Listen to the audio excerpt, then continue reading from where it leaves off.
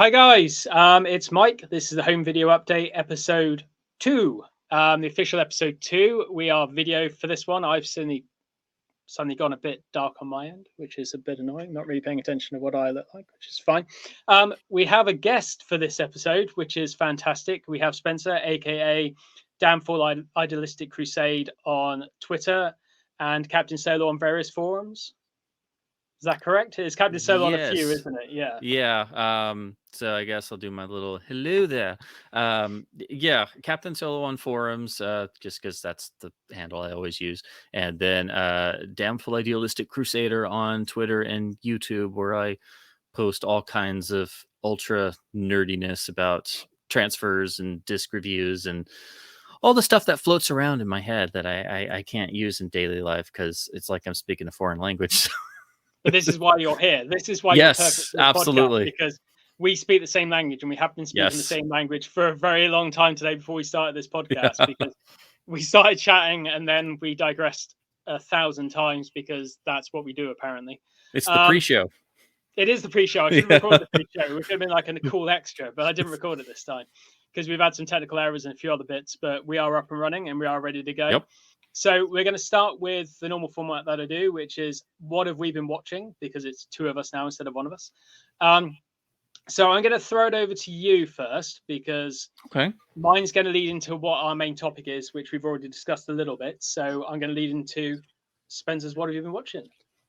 Okay. I pulled a couple things because, of course, I always want to watch so much and I plan to watch so much, but then real life and time creeps in. So I have been making my way through the beautiful Indicator Columbia Noir 5 Bogart set. And of course, being a giant Bogart nerd, this has been like the greatest announcement anybody's made in a long time. And I'm a giant Indicator fanboy anyway. But these are all the more obscure, less discussed vehicles Bogart did at Columbia, mostly for his independent Santana Pictures Corporation, where he, like a lot of stars at the time, and when the studio system was starting to erode, was trying to become an independent producer.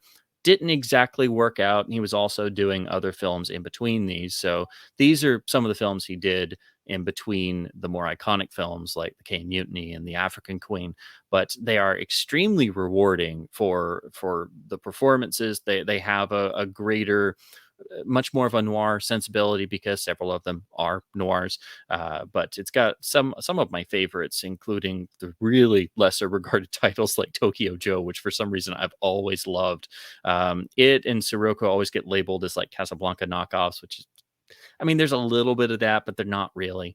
Hey, But Bob they're, Wyatt is a Casablanca knockoff. You can yeah, label any, exactly. Yeah, it's Sirocco got is a much plot. more trying to do the third man anyway, and it's Hmm. it's really gritty. Oh, yeah. The script doesn't quite work, but they're really interesting. But it's also got one of the films that the company produced that doesn't star Bogart, which is very obscure and I had never gotten to see before. And it's got a beautiful Blu-ray presentation from Indicator, stuffed to the gills with extras as always, and it's got a lot of the fascinating World War II propaganda documentaries that a lot of the individuals associated with the films, the producers, writers, directors, stars, did. So Indicator went and sought out, hey, this is what Stuart Heisler did. And it's got some of the most famous and important of the propaganda shorts, which is not something every label is going to do. I mean, this really has a great part of the history of that particular time period for all the individuals involved. But the inclusion of Family Secret, which does not star Bogart, was really huge. And on top of that, this has the new Sony 4K restoration of Bogart's final film, The Harder They Fall, which is one of the great boxing films. I mean, that just rewatching it, it's like, oh my God, I forgot just how angry this was. It's Mark Robeson. And it's influenced so much. Like it's one of the key films. Like you see the fight sequences and you're like, oh God, this is Raging Bull. Like it's just like it's totally Raging Bull. Yes, Day of the Fight and Killer's Kiss obviously were influences, but you see The Harder They Fall. I mean, that's those sequences. And there's even parts of The Harder They Fall that I swear feel like The Godfather. Like, especially when they go to Vegas and they have the meeting and Bogart's character is like, no, we're not going to treat the fighters this way. And the guy he's arguing with has really big glasses. So I'm like, oh my God, it's Mo Green in The Godfather. Oh no, it's totally The Godfather. Um, and of course, it being Bogart's final film, it's got huge importance Yeah, yeah, for his performance, and he's unbelievable in the film. And then you later find out that he was already suffering terribly from the cancer that would ultimately kill him the next year. It's just astounding. And he goes toe to toe with Rod Steiger yeah, and yeah. Steiger's going full tilt, completely different style of acting. And it's an incredible film. Again, it's one of the great boxing films, and it looks beautiful. It's so good that you could just put it on a UHD, and that would be the only way to improve it. But yeah, it's an incredible box, and that of course incredible and indicator. It's sort of Yeah. it's their thing. It's why I love them so much, and the effort they put in. I'm going to do a big review on it, like I do for things. But man, I have been awaiting it all year, and it was so exciting to finally dive into it. I So mean, I that's can't wait to see like that review, because you probably go into it because you are into those things more than I am. I mean, I've seen most of the things in that box set, but not as much as you would know them. But that's what I like about Indicator as a label. We talked about boutique labels in the pre-show quite a bit, but it's like I'm a real basic bitch for things like that, and that most of my Indicator titles are things like Christine or 10 Rillington Place, and Wolf and things like this, because I am that blockbustery mainstream thing. But they do flip between, the fact that they've put out Ghosts of Mars, yeah. and then they do that amazing Colombian Noir series and things like that. That's a really crazy thing to flip between. And they know that obviously you have to do things that are going to sell. Hmm. But what I love that they don't just do that as an obvious cash grab Yeah, like some people do, where it's like, okay, it may be the same master that somebody else put out in another country, but they're going to take the time to make sure yeah, it's properly encoded. And hey, here's all the extras we could put together. And hey, yeah, we were able to do additional extras too. It doesn't matter whether it's a bigger, much better known title or more obscure titles. They put the effort in, and you literally you get it in your hands, and you can just feel that yeah, this yeah, was made with love and attention and yeah, care. And it's right there. And then you put the yeah. disc in, and you're just like, oh my gosh. Even if, like, some of these, it's an older studio HD master, and obviously Yes, not a yeah, new scan, because some of these, it's the same Sony HD master that was on the DVD, but it looks so much better because it's obviously 1080p, but it's beautifully encoded and yes, presented. So it is an enormous upgrade, even though it's not a new scan. yeah. So that's what I've been spending most of my time recently. But to go through a few others real quick, because I've always, if I can spotlight stuff, I try to. Um, I got to look at one of what I think is one of the most important Kino releases they've ever done, which is saying a lot because this film is Yes. very obscure, but it is a newer scan, and its title, to say I never thought this would get a Blu-ray is like an understatement. But it's the 1933 James Whale directed The Kiss Before the Mirror, a Oh, right. beautiful pre-code film. It is very European Yeah, mindset. It's not necessarily going to play well with all audiences, but it's full of his whimsical dark humor. I mean, the story itself is very European. yeah, Essentially, the gag of the story, for the people who aren't aware, is there is a murder that's committed because the wife is having an affair, and the husband, in the sort of classical idea of older social times, totally loses it, kills her. And then his best friend is the lawyer who's going to defend him. yeah, And then the lawyer starts recognizing things in his own house that remind him of what he's being told. And of course, he discovers that his own wife is having an affair. yeah, And then, as he decides he's going to defend his friend and argue that it was, the crime of passion, he's plotting to do the same thing yeah. The to same his own thing wife. again. So, but it plays it relatively straight, but it's the inherent, very macabre, morbid humor that Yeah, is just scathing and hysterical. very James Whale. And it's got a lot of his flourishes. The opening is a beautiful house filled with flowers, and the camera prowls through the walls. And it Yeah. was when he was at Universal and was basically at his full auteur status because he had the Oh yeah. support of the Lemleys. I mean, I don't think anybody in the world defines the term auteur. If you want to use that, then James Whale before Universal changed hands. So basically going up Yeah. to Showboat.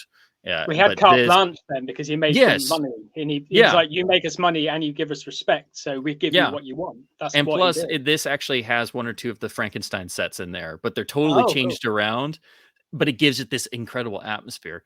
But it's an incredible film because it also gets into the human condition because Yeah. you have these characters and they're also reacting against and working with what society has ingrained in them to do, and it's Yes. Yes. can they get past that. So there's an incredible emotional context there too, and there's also other characters, side characters, that are really fascinating, particularly one who the way that the character is written and sort of played suggests very much to most people who see this today that it is a lesbian character Yeah. in a Yeah. 1933 film unapologetically and kind of actually in all ways much wiser than the other seemingly much sillier people around her. And it's like most pre-code films, full of little things like that that make it feel much more alive and Yeah. vibrant. And it's a beautiful new, it's credited as a 2K scan. It looks incredible. I'd only seen this once before in a really craptastic version, which Yeah. unfortunately is how most whale films outside the horror films were stuck. The commentary is pretty good by Alexander Helen Nicholas. You know, it's a good commentary where she's actually seen the film and is It actually helps. Yeah. doing analysis. And whether you agree with everything she says or not, it's like, yes, I can connect to what you're saying. And Yeah. this Yeah. is, it's a real commentary. So it was beautiful to get this. And it's part of their Universal deal. So I just hope that more whale titles are forthcoming, one of which I will talk about in one of our I upcoming had no segments. idea that came out actually because Yeah, it's like I Kino haven't does seen it in so about 20 much. years. Yeah, Yeah. and I had been meaning to. I'm gonna do a review. It had just been in my stack, you know, Yeah. just never ending stuff. I'm like, oh crap, I haven't opened this yet, and put it in. But yeah, it was. I think it was late 2020. So, but it's so easy to miss Kino stuff because they do like 10 discs a minute. It feels like. Or they announce 50 discs a minute and then only Yeah, like they press a announce 50 date 10 discs a minutes before they minute. come They out. bring out 35 or 40, and Yeah. and then to go to these others real fast. I'm trying to see more and more and more of any of the classic film serials that I can get into, and trying to get the best editions is Yeah. really difficult because some like there's a couple I have and have watched that are VHS exclusive in terms of getting the official studio release. Some Yeah. got laserdisc, some have gotten DVD, but most of the DVDs are crappy. And then there's different releases. Some are gray market, some are on YouTube, and that's the only good version. It's all over the place. But I got really lucky. This is not the fancier DVD, it's the first one, but it's the very rare VCI DVD for the classic Buck Rogers serial. Oh, okay. Yeah. So this, if you want the classic serial, which you should, you have to get the VCI version. This is the first one. It's an early DVD. It's actually a flipper. So they got the first 6 chapters on one side. The Yeah. others are on the flipper side. Then they later reissued it as just a standard DVD, but it's the same. Eventually they did a 2-disc DVD that's supposed to be slightly cleaned up, but I don't know. I'm pretty sure it's probably just The two same as discs, someone. and Yeah. it has like a tiny little extra or two. This is using a reissue print, so this has jumps, freeze frames, bad splices, all the kind of nasty stuff, and revised titles because it Yeah. literally doesn't have Universal on it. It was I think it's from like a 60s reissue print, or maybe 70s because they put it out post Star Wars. So obviously the quality is what it is, but it's actually still very watchable. It's a little dark, but that kind of adds to the charm that it's survived. Yeah. The serial um, should be like that because you weren't guaranteed a pristine print. I mean, We were Yeah. talking earlier about 35mm prints, and it's like I can remember seeing the Matrix Revolutions, like the third Matrix film, the day it came out, and it had print damage because it came to the UK a little bit later, or it had been run before it to death. I don't know what it was about it, but it Or had the print damage. And you think, projectionist was new and yeah, they threaded it threaded it wrong. wrong. Yeah, and it's Whoops. like that's part of the analog nature of what you watch. And I think as pristine as those things get, we talked a little bit about like video nasties and like horror movies and things. My big Evil Dead fandom. It's like watching Evil Dead on a Betamax tape that had been chewed up and rented about 50 million times. That's how half of those things should look in a way. And when these kick in and pristine, perfect 4K masters, they lose that gritty nastiness. And I think some of those serials benefit from splices and cigarette burns and jumps and little pops and cracks on the audio because it's authentic. Yeah, it is, and it shows you the history they've had because Yeah. this is literally from a print that's a reissue of a reissue of a reissue. Yeah. And of course, you didn't at the time get the chance to watch all the chapters together, which you really shouldn't, because then it Yeah. gets really old really fast, and you see the warts and everything. And of course, this and so many others need 4K scans badly because they need proper restoration. They just haven't gotten it. It's such a niche thing. But to say this influenced Star Wars, oh my god, that doesn't even begin. Yeah. And it is pretty much they did 3 Flash Gordon serials, and they did this one in between the second and third because they didn't. I guess they didn't want to pay for the license again for Flash at the time. So this is basically another Flash Gordon serial, but it's Buck Rogers instead because you have Buster Crabbe playing the hero role. You have some of the same people appear. It is seemingly slightly a lower budget, but it's also completely different set design and art direction. So it does have its own distinct identity. It's a heck of a lot of fun. One of the co-directors was Ford Beebe, I think is how you pronounce his name. He did the second and third Flash serials, so it moves with good energy, which is really important for a serial because the bad ones or the not so good ones, they really drag and they're repetitive. So the cliffhangers here are pretty good, but it does have some really hysterically bad cheats in it. There's one where they're in it's the actual rocket car from the second Flash serial, and they're going and somebody gets closing the gates, and you see the car going to it, and they're going to hit, and they can't jump out. And the cliffhanger is it actually does impact, and there's an explosion, and you're like, what did they do? And of course the resolution is hysterically a bit of a cheat, but it's okay. It's not uncommon. But the really bad one is end of chapter 9. The sidekick is trying to escape, and the villain shoots him in the back, and that's the end. And you're like, whoa. And then of course chapter 10 comes up, and it gets to that bit after the little recap, and it gets to that bit, but instead of getting shot, he just dives out the window, and you're like, oh my gosh, this is one of the most blatant cheats I've seen in a serial yet. And that's part of the charm, because sometimes they couldn't figure out how to write themselves out of that situation. And things like this became part of film culture, the whole notion of a recap. And some there's a bit of it in this where one of the episodes towards the end, usually the penultimate one, if it was a Republic serial, is literally a recap of the first 10 or so episodes. So it's sort of the birth of the recap, which is really interesting. So it's a wonderful serial. Hugely. Oh, hold on.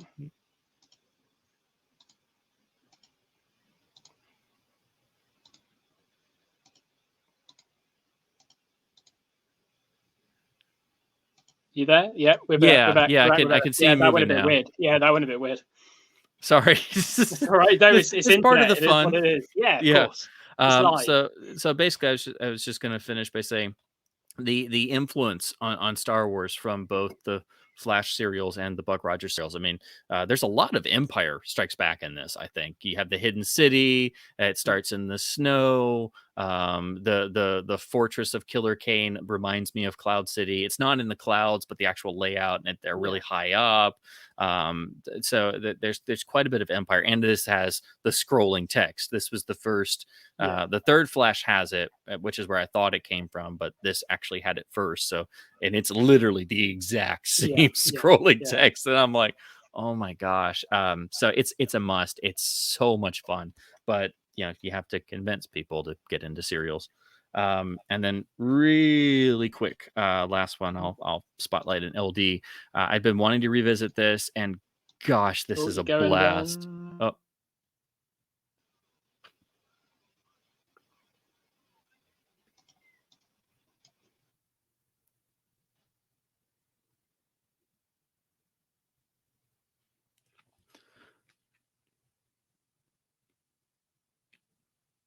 yeah, you're frozen on my end.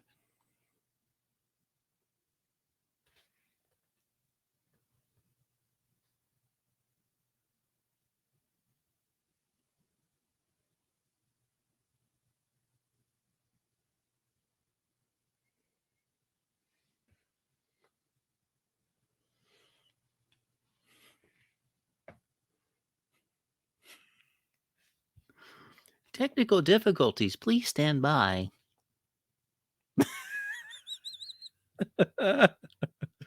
Oh, it doesn't like us today.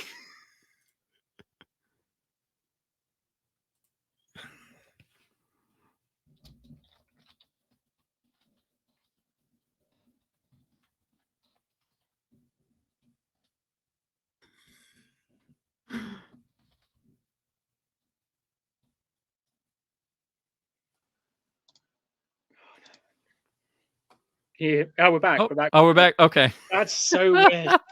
I'm gonna have to do so much editing on this. It's unbelievable. I don't know what's going on. It just seems to be playing up a little bit. It just doesn't like us today, I guess. Oh, but weirdly, we talked for like an hour and a bit before we went live, and all of Yeah, a I sudden it's know. recording, It's it's like live, and it's like, there's no rhyme or reason. no. Plus, I think it's especially harder on different time zones Oh yeah, because yeah, oh gosh, yeah, I remember some of the things I did with Daisuke because he's a completely different time zone that seems to wreak havoc with internet calls. So real quick, just yeah. spotlight this. I've seen this a long time ago, been wanting to revisit it. It is such a blast. So I watched the Ex Mrs. Bradford on the Okay. Image RKO Classic LD. The Warner Archive has done an MOD DVD of this, and I'm thinking it's probably this same master because most of those are, but they may have cleaned it up a little. This is William Powell and Gene Arthur. It is totally RKO doing a riff on the classic Thin Man. Yeah, This is before they came out with the first sequel, but he's paired with Gene Arthur, and it's got a different flavor of its own. It is definitely riffing on the Thin Man, but it does enough to feel like a different film. yeah, The pairing between the two, I adore both, of course, and they spark off each other wonderfully. So even though it's not Myrna Loy, Jean Arthur is just beaming in this film. She's yeah, having a blast, and she plays off Powell beautifully. And the gag of the film setup is really fun because they're not a married couple like the Thin Man; they're a divorced couple. all right. She shows up at the beginning and is like, okay, you haven't paid me my alimony yet, so I'm moving back in. And of course it's very obvious they should have never gotten divorced in the Yeah, first place, sort of an awful truth type deal. But she's a mystery writer obsessed with crimes and murder. He's a surgeon who just wants to do his job and come yeah, home at night and not be bothered with this murder nonsense. And of course, in like 2 seconds, they get dragged into this thing and he's being shot at and their corpse is piling up. The police thinks he's murdered people. And it's just like, oh, why did you ever come back into my life? My life is hell now. But of course, he gets into it, much like Nick Charles would in the Thin yeah, Man's. yeah, But it's got a flavor of its own. It moves with a really good pace, and the actual murder plot, the method of which the victims are killed, because the corpses turn up and the bodies are, they have no marks on them, and nobody can figure out how they died, and it's tied into the racing circuit. So it's literally, okay. there's a horse race. The favorite loses, and the jockey falls off the horse dead, and nobody knows how he died. And then so there's some crookedness going on Yeah, as yeah, well. So the plot is quite dense. There is a real really good mystery in there. But the actual method of the way the people are killed is quite ingenious, if a little improbable. It's not something you're just going to magically think of, because it is somebody had to sit down and actually Yeah. come up with a good gag. And also the method of which the criminal is exposed is a little unique, because the Powell character has an actual screening set up in his New York apartment. Like the picture goes down and there's a Oh, projector, wow. and so that's set up. So at the end, when they do get everybody together, it's like, I'm going to reveal who the killer is. He actually has footage of them from that morning. So he had gotten newsreel cameramen, and it's like, yeah, I've not seen that in a Yeah. 1930s film. So it's got little bits like that that are really inventive. So it's one of a handful of films that other people tried to do to try and do their own Thin Man. It's a shame they did do another one of these and make it a little serious, because even Hmm. though it is very much Thin Man in its DNA, it's got enough of its own energy. And again, I adore Jean Arthur and everything. So seeing Yeah. her in a movie like this, where she gets to cut loose a little bit and the bodies just start piling up, so much fun. This is a direct print transfer, so it's got some Q dots and things, but it's actually a really good transfer for image, which is saying something, because Yeah. even their RKO disc can vary in quality wildly. The sound is pretty good too, but it's got a couple places where there are some pops and one or two bits of missing frames, because it's a print transfer from the early 90s, but that has a certain feel to it. So it's Yeah. like you got to go to a rep theater and see a print of this, which would be a rare thing, because I don't know if I've ever seen this screen somewhere. No. This is a title I hope Warner Archive does on Blu-ray. It's a glorious, fun, brisk. Yeah, it's 80 minutes. I mean, it's very brisk, and even though it's 36, it has the feel of pre-code still. So Yeah. even Yeah. though it's in the code era, it has some of that energy. So I had an absolute blast revisiting it.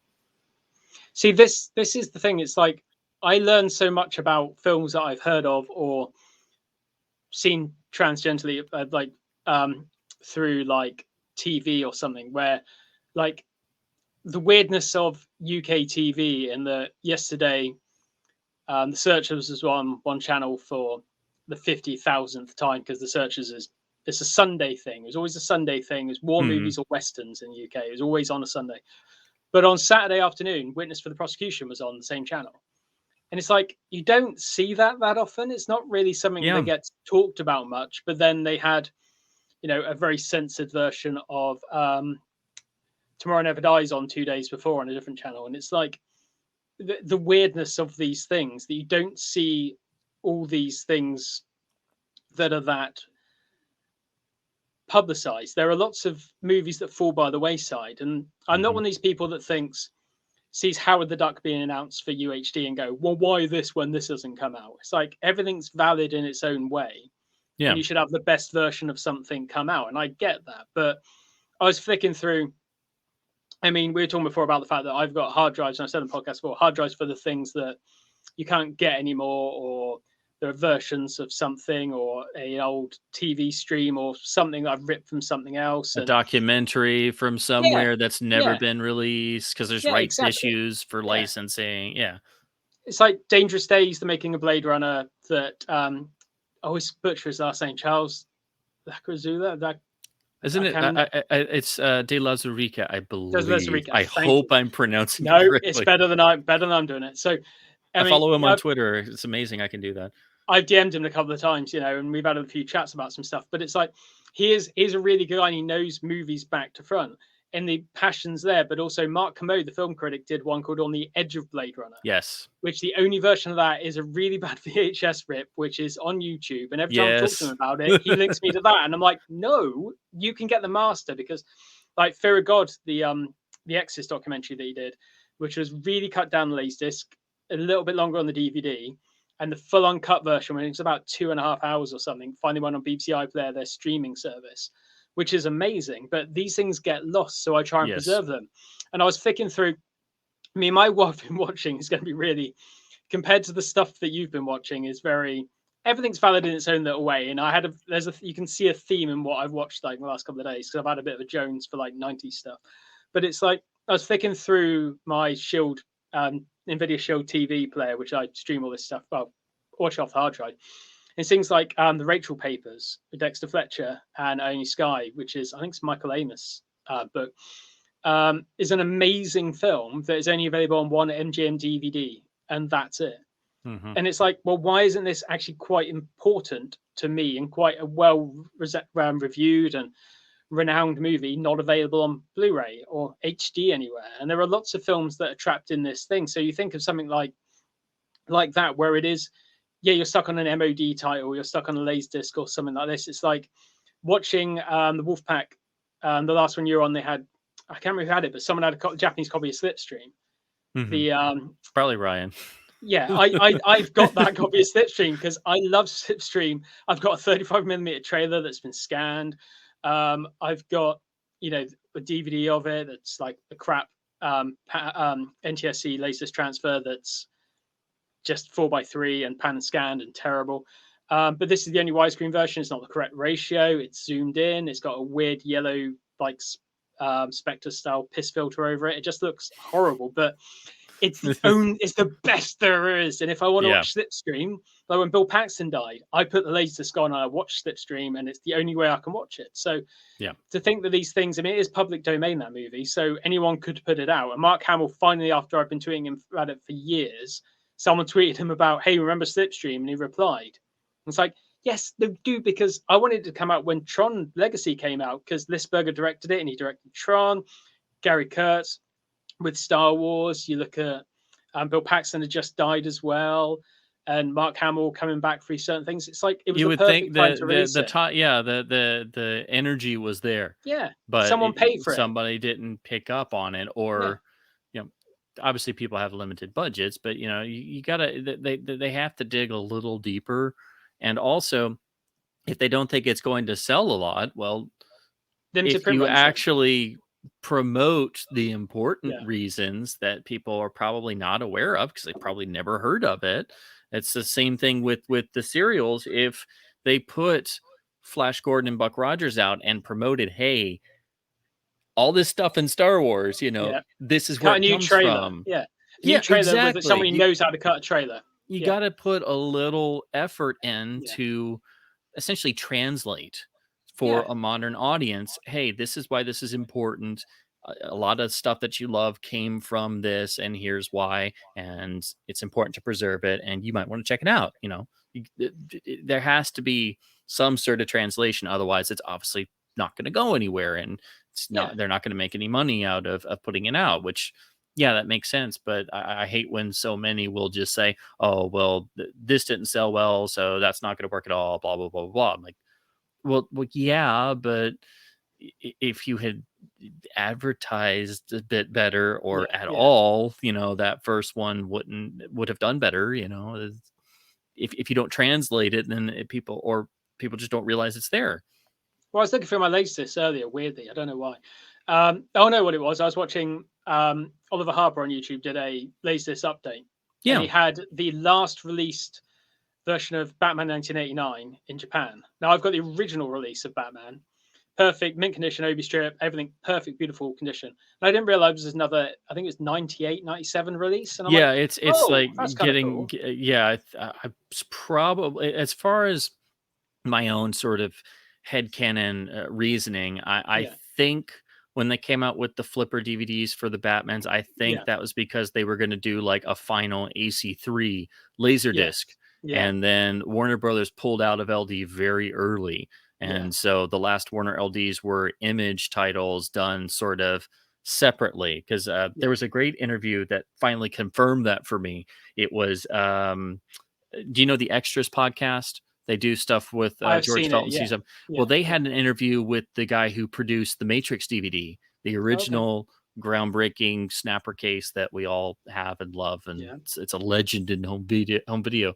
But he was talking about how they didn't even really consider the LD because that was a separate thing, and all the special features and things they were trying to do on the DVD they couldn't do on LD. So the LD was sort of a afterthought, and that was handled separately, and it was put out by Image, and of course is a huge collector's item now. But that's how the mindset was. So a lot of the early DVDs were canceled LDs. So when I see oh, it's 97, 98 in Japan, didn't get a US release. It's got AC3 on that. I'm like, that's got to be the same master that was prepped and then put out on that snapper case DVD, because that's just how the stuff usually works out. So the initial Bond DVDs were all supposed to be a final THX LD box set like Goldfinger and Thunderball, but it got canceled.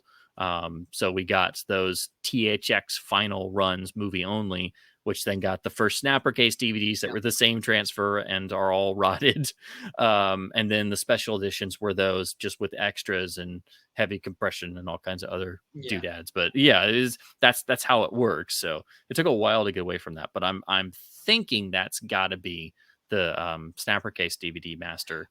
Quite possibly. I mean, I don't know if it's a complete different master. I have to try and track it down, but my one's original. But I just started looking through the racks, and I was like, oh, look at this. And there were quite a few ones. There's a copy of FX Murder by Illusion that I've got, which is a power release, which clearly says on the back, this has 500 titles that are going to be printed. We will not be printing anymore. Wow. And there's It Could Happen to You as well, the Nick Cage, Bridget Fonda movie, where it's the same. Limited edition of 500, no more will be printed. I've got a French version, is it German? German version, which says Director's Cut, La Femme Nikita, which says limited edition of 200, I think, or 300. And it's just talking about limited numbers. Yeah, I know. It's so random, but why not do through all these boutique labels? You know, I know that, you know, you look at someone like Indicator, where, you know, a copy of Christine will outsell that Bogart box set like 30-1 because it's got the brand, it's got Carpenter, it's got King, it's got the brand recognition. That's why they did things like Ghosts of Mars and Vampires and all these other things. And that's what you do. It's the whole thing of doing one for me and one for the studio, you know.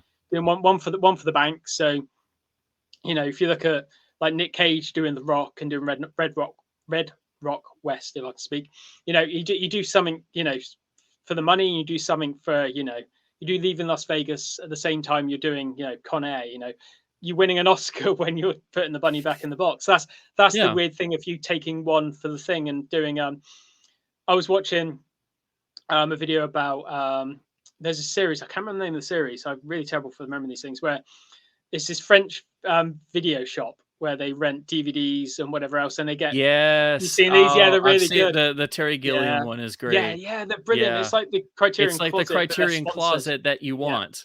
Yeah, where they just they really get into it because Criterion Closet's cool. We all want to go there. There's no laserdisc. Shove all the discs in the bag that you can't afford, and I'd be asking where's their laserdisc storage. Because they have them, because they'll set up pictures, but I'm like, I'm gonna be the one nerd who's like, yes, I have come home. But yeah, that series and that French store, and of course they're all DVDs, so then that makes you flashback even further. And you're like, oh yeah, they're talking about this film, but I'm like, that's probably not a good release of it, or man, that's a DVD master, or it's like, okay. But that is much more, you know, it's like, okay, you can tell this is for the real nerds, you know. It's like they're really gonna, again, it's Terry Gilliam walking around in one of them, and he's like, oh, this was great, and I hated this movie, but I still remember it, and you should watch it even though it sucks, and it really sucks, but I love it. It's like watching, this was David Leitch and Brad Pitt, because they're promoting Bullet Train, so it's just like they're walking around and they're trying to get Brad Pitt to talk. It starts off with David, and then Brad Pitt sort of comes in halfway through, almost like he wasn't expected, which he might not have been. Yeah. But it's like they're trying to make him talk about Seven towards the end and all this other stuff. But he's like, oh, Burn After Reading, there's that. But they also mentioned Troy, because David Leitch was his stunt double on Troy and Fight Club and a few other bits. And that's how they knew each other to begin with. But you're talking about like doing the Coen Brothers things and then going to Troy. It's like, you do one for the studio and one for yourself. And that's the whole thing of like, you can flip between these things and do the sublimely stupid and the sublime at the same time.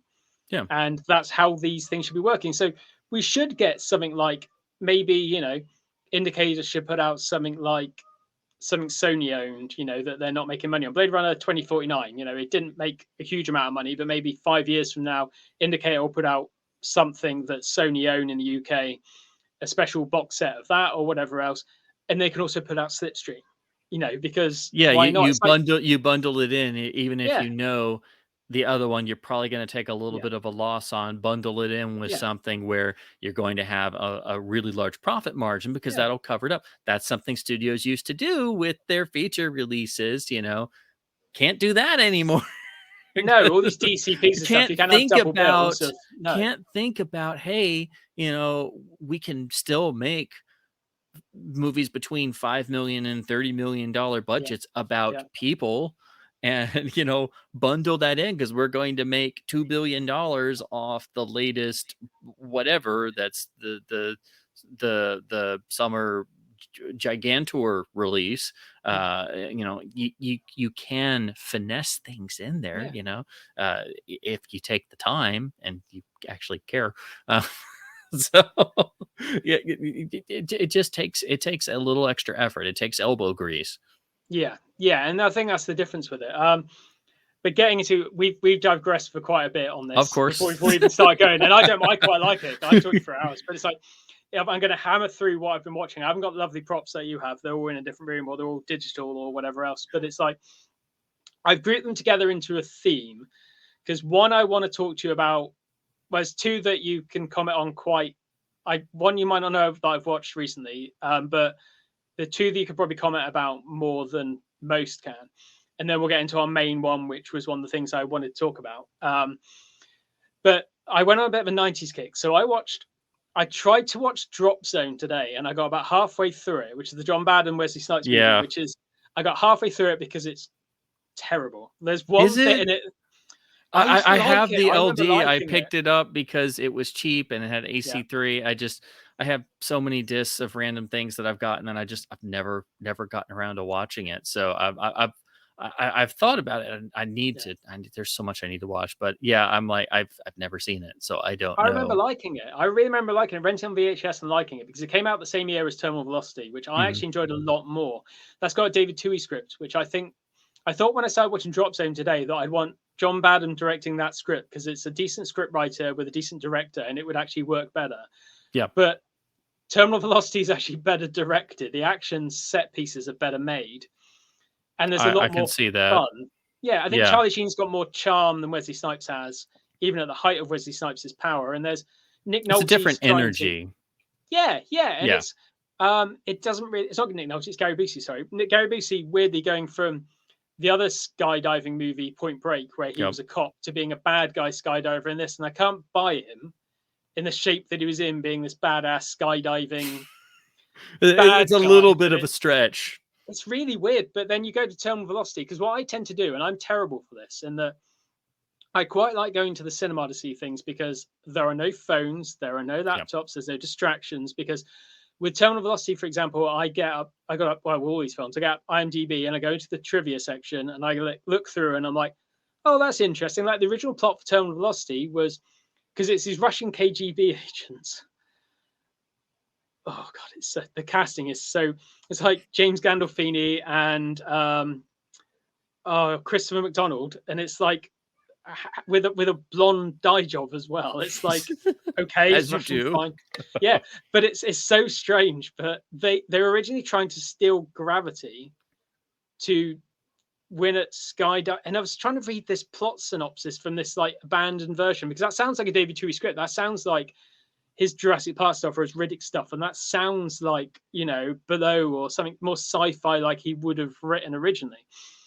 But it's just this weird little 90s skydiving thing with a great 90s sound mix. I've got the AC3 Laserdisc as well somewhere. I watched I don't know, I think it was an old transport stream or something with a 5.1 track, and it's well directed and the action's quite thrilling. And there's a few bits that are a bit but the stunt doubles work better than the half of Drop Zone that I watched already. Yeah, and it Um was made by real people, and they yeah, actually had to go out there and do it, and did the it's on stunts, yeah, film, and yeah. yeah. I mean, there's a bit where they drop at the end where they drop a thing back to Uncharted that came out last year, which is they drop the car out the back of a plane, and Yeah. it's like they do that in this. They drop a Cadillac out the back of a plane. Natasha Henstridge is in the boot of the car, the trunk of the car, and Charlie Sheen is in the front of it with Chris McDonald trying to kill him on the windshield. It's like insanely done for the fact they did it for real, with some bad like green screen, Charlie Sheen stuff. Of But course. Bad well, why process wouldn't work. you? Yeah. But the script is quite funny. There's some good lines. James Gandolfini is fantastic in it. This is not long after True Romance when I wouldn't have known they were the same person from his bit part in that, and obviously well Mhm. before The Sopranos. But it was a fun little action film that I remember thinking was cheesy rubbish. And I went on a bit of a childish because I also watched Navy SEALs, which for having the cast of like aliens and and all these things and Dennis Haybert are actually quite like Navy SEALs is just a bad 90s action movie that it barely held my attention. I can watch a lot of schlock rubbish 80s stuff or 90s stuff where it's not very well made and it's a Mhm. bad action movie. And I like the art of a bad action movie. I like the art of a bad pop song. There are some really, really cheesy pop songs that I like because I admire the art of putting that together. And Navy SEALs doesn't work. I remember I also, well, trying to roll things together. It's like Showdown in Little Tokyo I watched as well. I remember watching that cut in the UK because of throwing stars and ninja weaponry, which you couldn't do in the 90s. Obviously, because we're all going to go out and get nunchucks and start Of beating each other course. to death with them because that's what we do. But I remember the weird homoerotic nature about it and this weird sort of thing between Brandon Lee and Dolph Lundgren. And I love Dolph Lundgren from back in the day. Like seeing this film, and I remember Navy SEALs and Showdown being these things we used to rent on VHS all the time, being really cool because they were these 18 rated or R rated stuff that you would watch and think, oh wow, it's so cool that guy got his arm chopped off, or The this forbidden happened. fruit. Exactly. Yeah. And it was, oh my God, this is the height of action. And then you watch Yes. Police Story and you're like, oh, wait a minute. Yeah. This is terrible. Brandon Lee, for as good as he was at martial arts, no, this was, it was a different league. When you start watching Mhm. like young new pin stuff and like all these things where it's like Sammo Hung and whatever else, you start watching these things and think, oh, that's the good stuff. This is This what was filtered down. influenced a Yeah, lot of people yeah, and reinvigorated stuff. It's the yeah, same thing when you see something where the fight sequence or the action sequence matters because it's yes, intrinsic to the story yeah. and it's built up to. Doesn't have to have the best choreography in the No, world no, because you're invested in what's going on. yeah, And then when you see things where you're not invested, that's the yeah, thing. It has to hold your interest. So even if it's a bad movie, if it holds your interest and people yes, tried their best and just the material wasn't there, but it holds your interest. I guess I call it a sort of sigh factor. If you're watching something and the amount of times you're going, "Oh God," yeah, yeah, yeah, that yeah, starts to, and then you just like, "Is this over yet? Let me go on IMDb. I have to drown. I have to generate my own interest." yes, yeah. That's when it doesn't work. The Whether you're suspension seeing of something disbelief, though. new or it's something terrible, whatever it Yeah, is, the way you know something doesn't work is if you start thinking about other things, like that shot's kind of out of focus over there, yeah. and then that's an interesting sound pan back there, it's like What got you're just me? not invested. Yeah, what got me was like I did the exact same thing. It's like I can suspend disbelief. I can watch a Transformers movie knowing their shit, and I go in knowing their shit, and I can take my brain and put it on the seat next to me and go, "Oh, that's pretty." Because Michael Bay knows how to hold your attention for the most part. He's made some clunkers, but I agree with. I think I said in the last episode. I agree with Anthony Hopkins. The guy's an auteur. He knows cameras and shots better than most people ever have in the history of making films because that's what he does. He knows how to do that. Yeah, I He mean, has terrible he came out of scripts. commercials, and Yeah, that you yeah. have to know that. Same as the Scott brothers. He's that Mhm. sort of, he knows the visual way of telling a story because in those 3 minutes you have to tell, or even 3 minutes, a minute and a half, you have to tell the story of why you should buy X thing. It's like Mhm. Fincher doing Madonna's videos, like things like that. It's like he knows how to tell a story through 3.5 minutes of express yourself because he had to be visual, and that's why his stuff works. And until you And try it yourself, you don't understand how hard that is.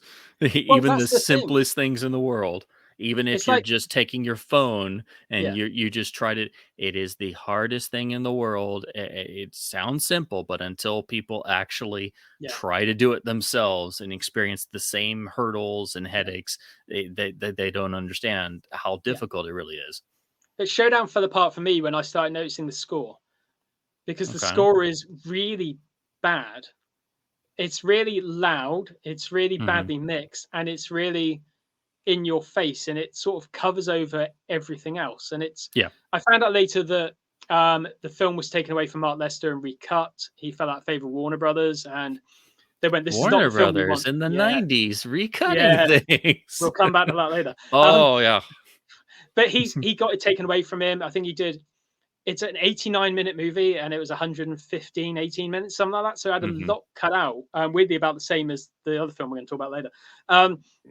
And it's really strange how these things happen. But he had a much darker story that told complete subplots had gone and missing, and it falls apart because it had the score ripped out of it, and it doesn't make a lot of sense. And what they've put in doesn't work. But going into talking about score and 90s sound mixing and 90s movies, I actually watched a film that I love that was, I wouldn't say unfairly maligned at the time. It wasn't loved at the time, which is The Ghost in the Darkness, which Yeah. is, I think, I've been listening to a bit of Roger Avery and Quentin Tarantino's podcast, the Video Archives podcast, and I don't like Tarantino like I did in the 90s. I think his output, since he's got a lot of no men taken away from him, like Gary Kurtz and things like that with George Lucas, Yep. and he hasn't got his editor anymore to save him because unfortunately she died. I think he's become fully, he loves the sound of his own voice, and I think that It's the becomes a problem. shtick over everything Yes, else because yes. and again, I don't think he's a bad guy, but No, if you get me no. started on Tarantino, oh man, um, I, he made one great picture, one Jackie Brown. It didn't do Which is, very yes. well. No, it It is his didn't best do film. very well. Yes, thank And God then you what said does he that. do immediately but dive headfirst into the shtick? And Yes. yeah, there's some fun stuff in there. And yes, he shot it on film. And yes, he gets to do all this stuff for whatever reason because he had full support of Miramax when that was a thing. And, Yeah. but it's like, there's no substance there. That's what always No. gets me. And then yeah, I try to put it out of my mind. I'm like, I don't really go in for that stuff. So I've seen some of his later things, like people drag me. I saw Inglorious Bastards because somebody dragged me to it on opening night. I'm just sitting there. I'm like, oh god, Yeah. he's doing like the opening of GBU, but it's not working. Why is this here? What? No. Oh god.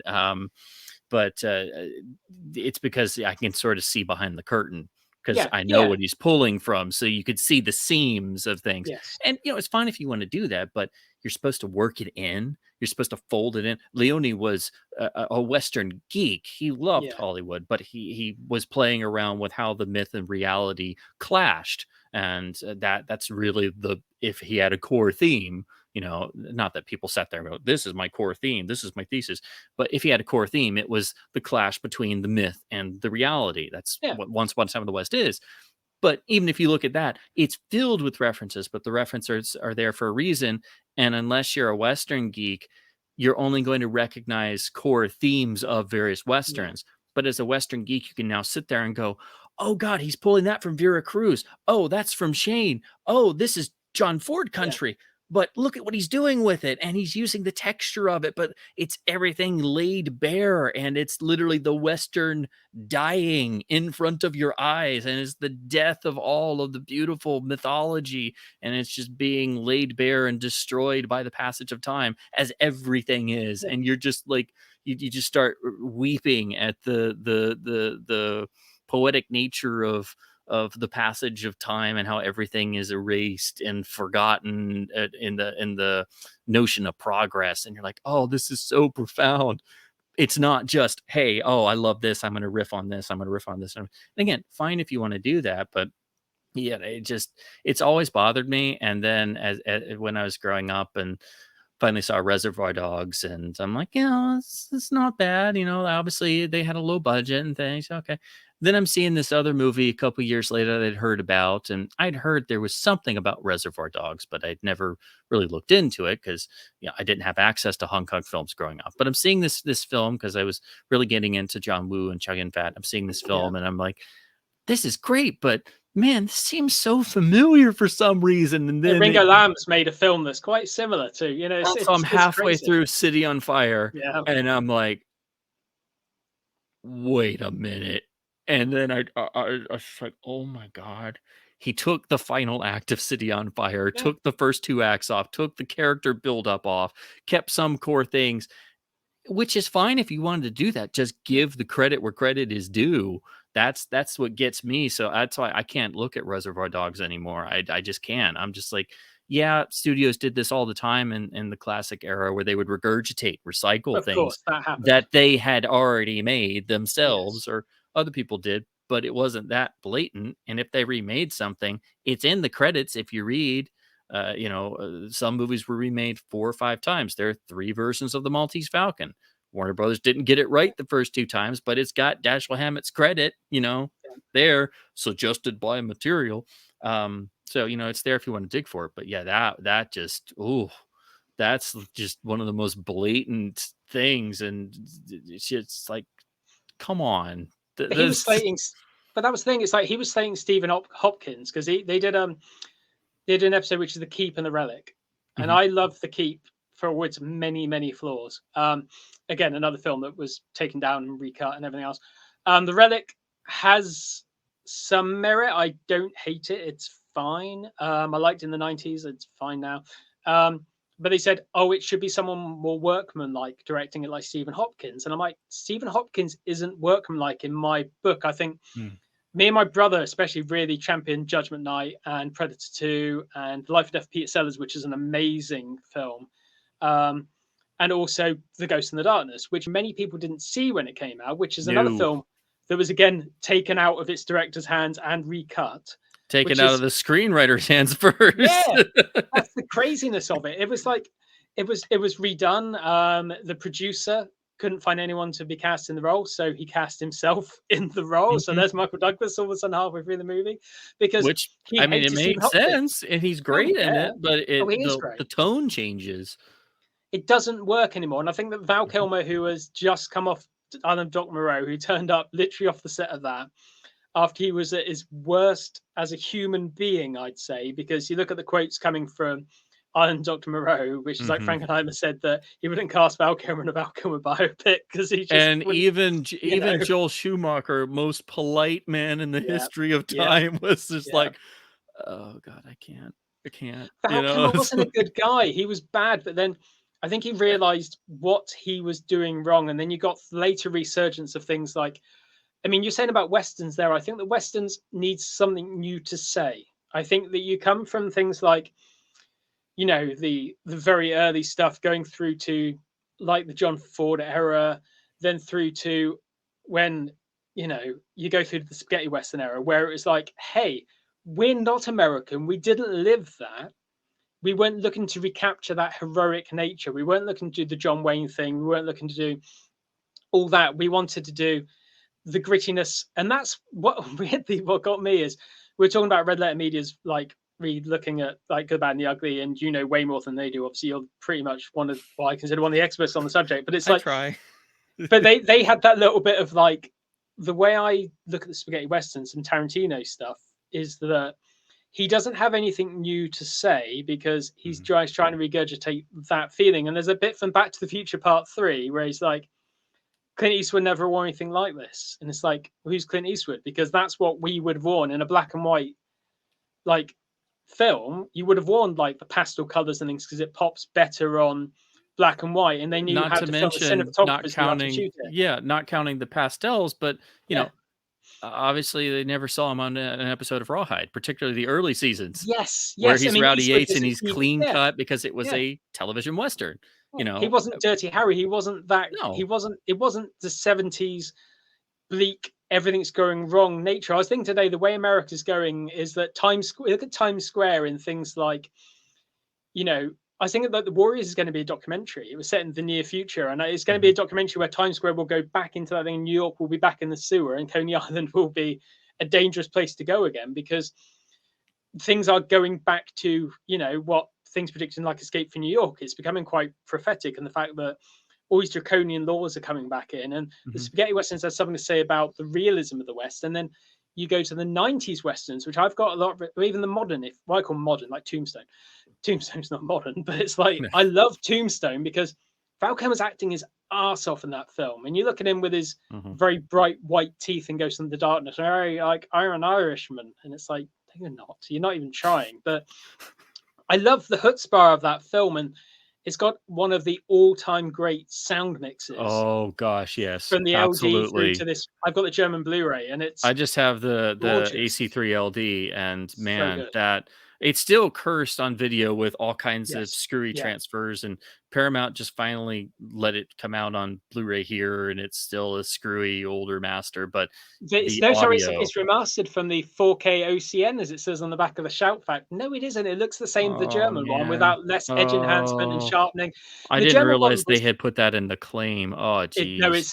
it says it's gone back to the original camera negative Well, it's because bollocks. It's the Paramount same. is just screwing stuff up left and right. Like, oh god, I did a disc of the year thing last year where I Mhm. did little awards for Yeah, yeah, various yeah, things because yeah, everybody was waiting for me to do that.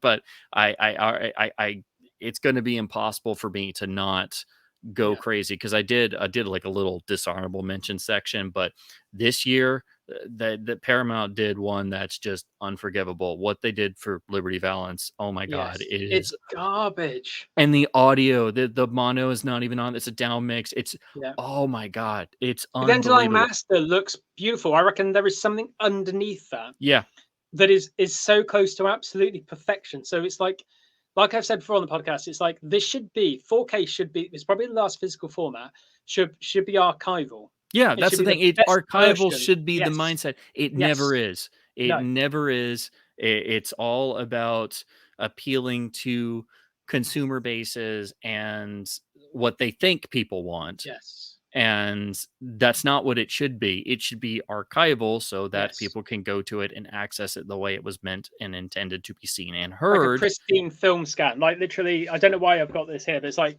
the BFI Get Carter, which is Yes, I've got issues with the sound being a bit quiet, but that looks like a pristine I'm waiting 35 on millimeter mine to film get frame. here.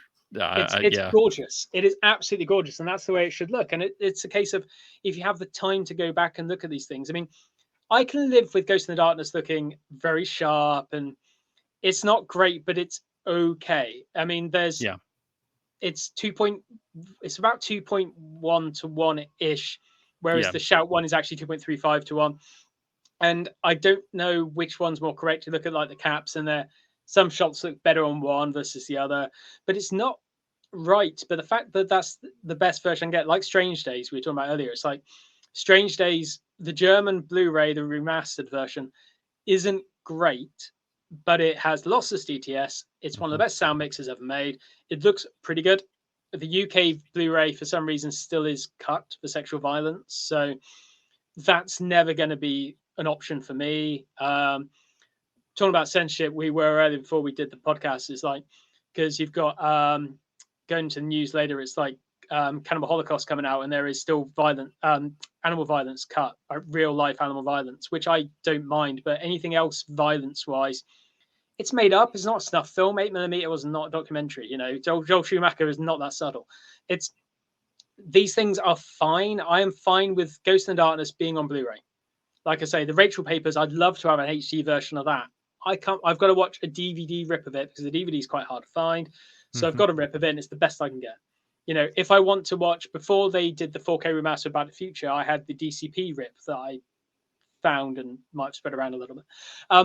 That is the only way to watch that without the huge amounts of DNR that are on the Blu-ray or the framing issues on the DVDs or whatever else. You've got to find the best version of these things. And Ghost in the Darkness, I can live with that Blu-ray.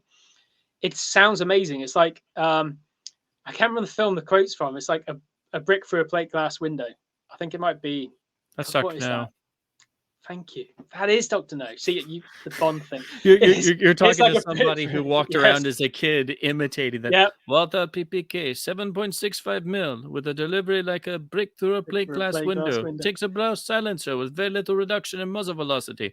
The American CIA swear by them. That's why me and you are doing this because we have the same references.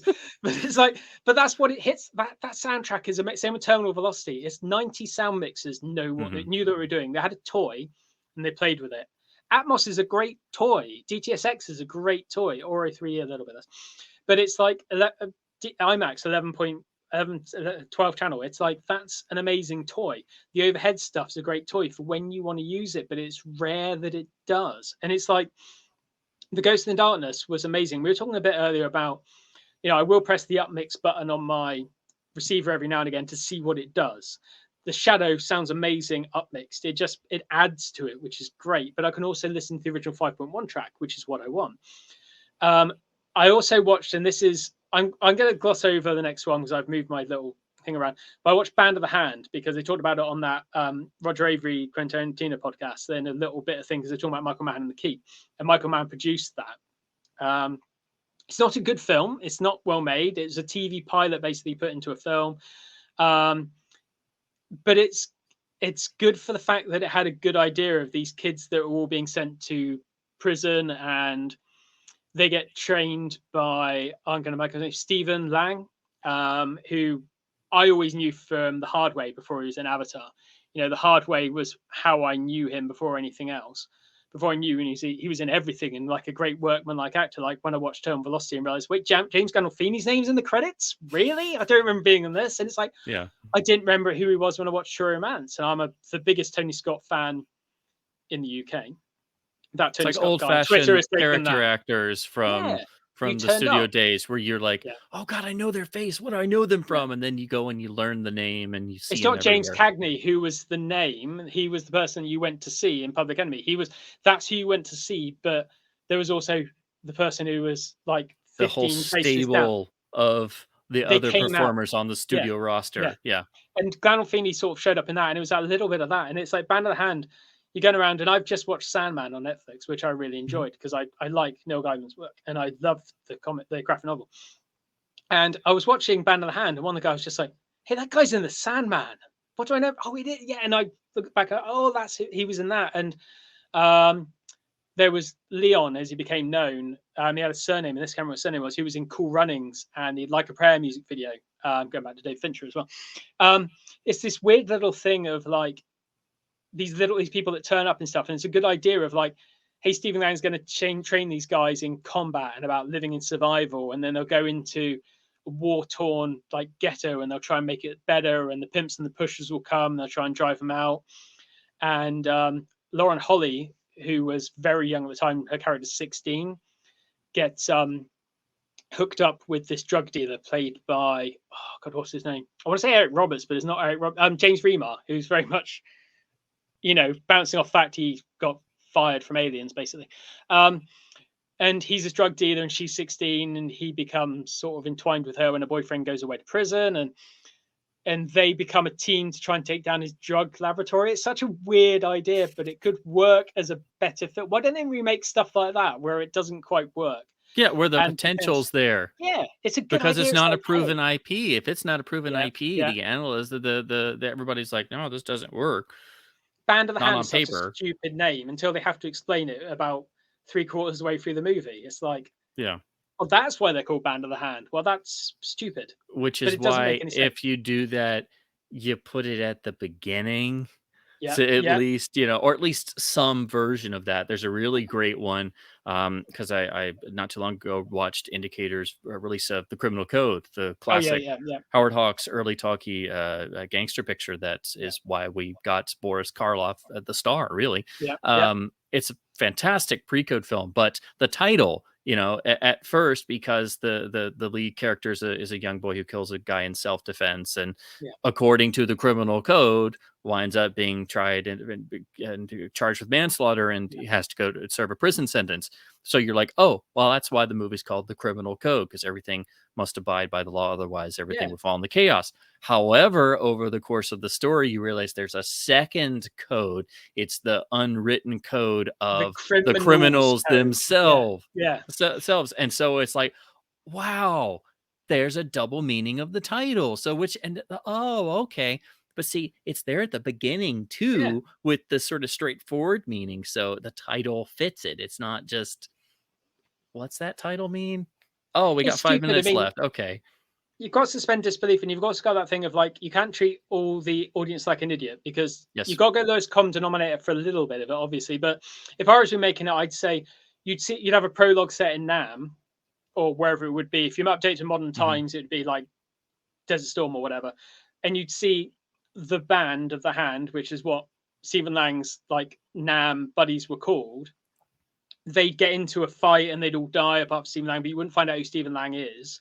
until later on when he appears in like the Everglades or the jungle, wherever it was. It's Miami, so it would have been because it's Miami Vice time. You know, it's Michael Mann, so it would have been Miami. And you introduce him there, and then he explains, "Oh, we were the band of the hand," or whatever else. So you maybe have some patch on something or something to give it away. But it was a good idea that wasn't fully fleshed out. But the fact that I got all the way through that and it's not very good, and I couldn't get halfway through Drop Zone today, which is weird. I'll finish it, but I just couldn't make it. I'm gonna watch it too actually now. Yeah, it's not. Terminal Velocity is great, and I'm really annoyed if people don't like it because it's quite fun. But I remember it being kind of fun, but I saw it a long time ago. Charlie Sheen has this brilliant line which made me laugh out loud, which I wasn't expecting, which is he's trying to explain, because the whole conceit of the movie, without spoilers, the setup is Natasha Kinski turns up for a skydiving lesson.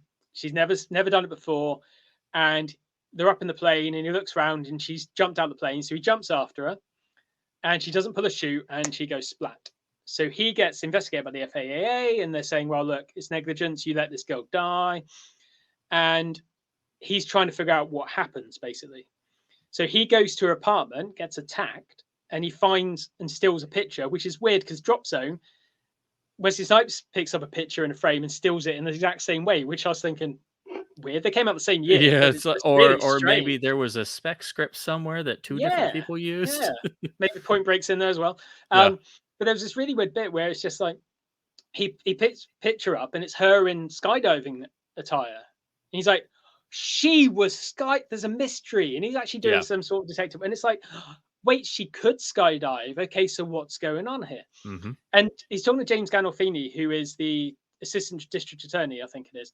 And he's saying, oh yeah, blah, blah, blah. So she was skydiving before, and he goes, do you think she misrepresented her skydiving ability? And he said, man, she was to bullshit as Stonehenge was to rocks. And I'm like, that's David Toohey. That's the guy who was making millions selling scripts. He knows how to write a good zinger.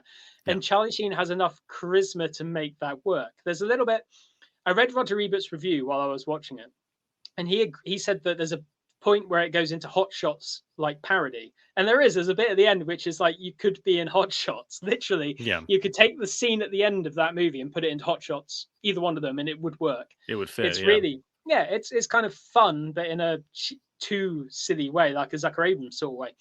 But it is really good. But I've shuffled these around a little bit because these next two, I think, even though we've commented on everything and digressed quite a bit, I think you will probably have more interest in. And I'll start with the Bond film just to get it out of the way. But as you know, it's like in the UK, they've been showing one after another. Some chains do it on a Sunday night. My local does it on a Tuesday night. They've been showing the Bond films in order. It is the current 4K masters.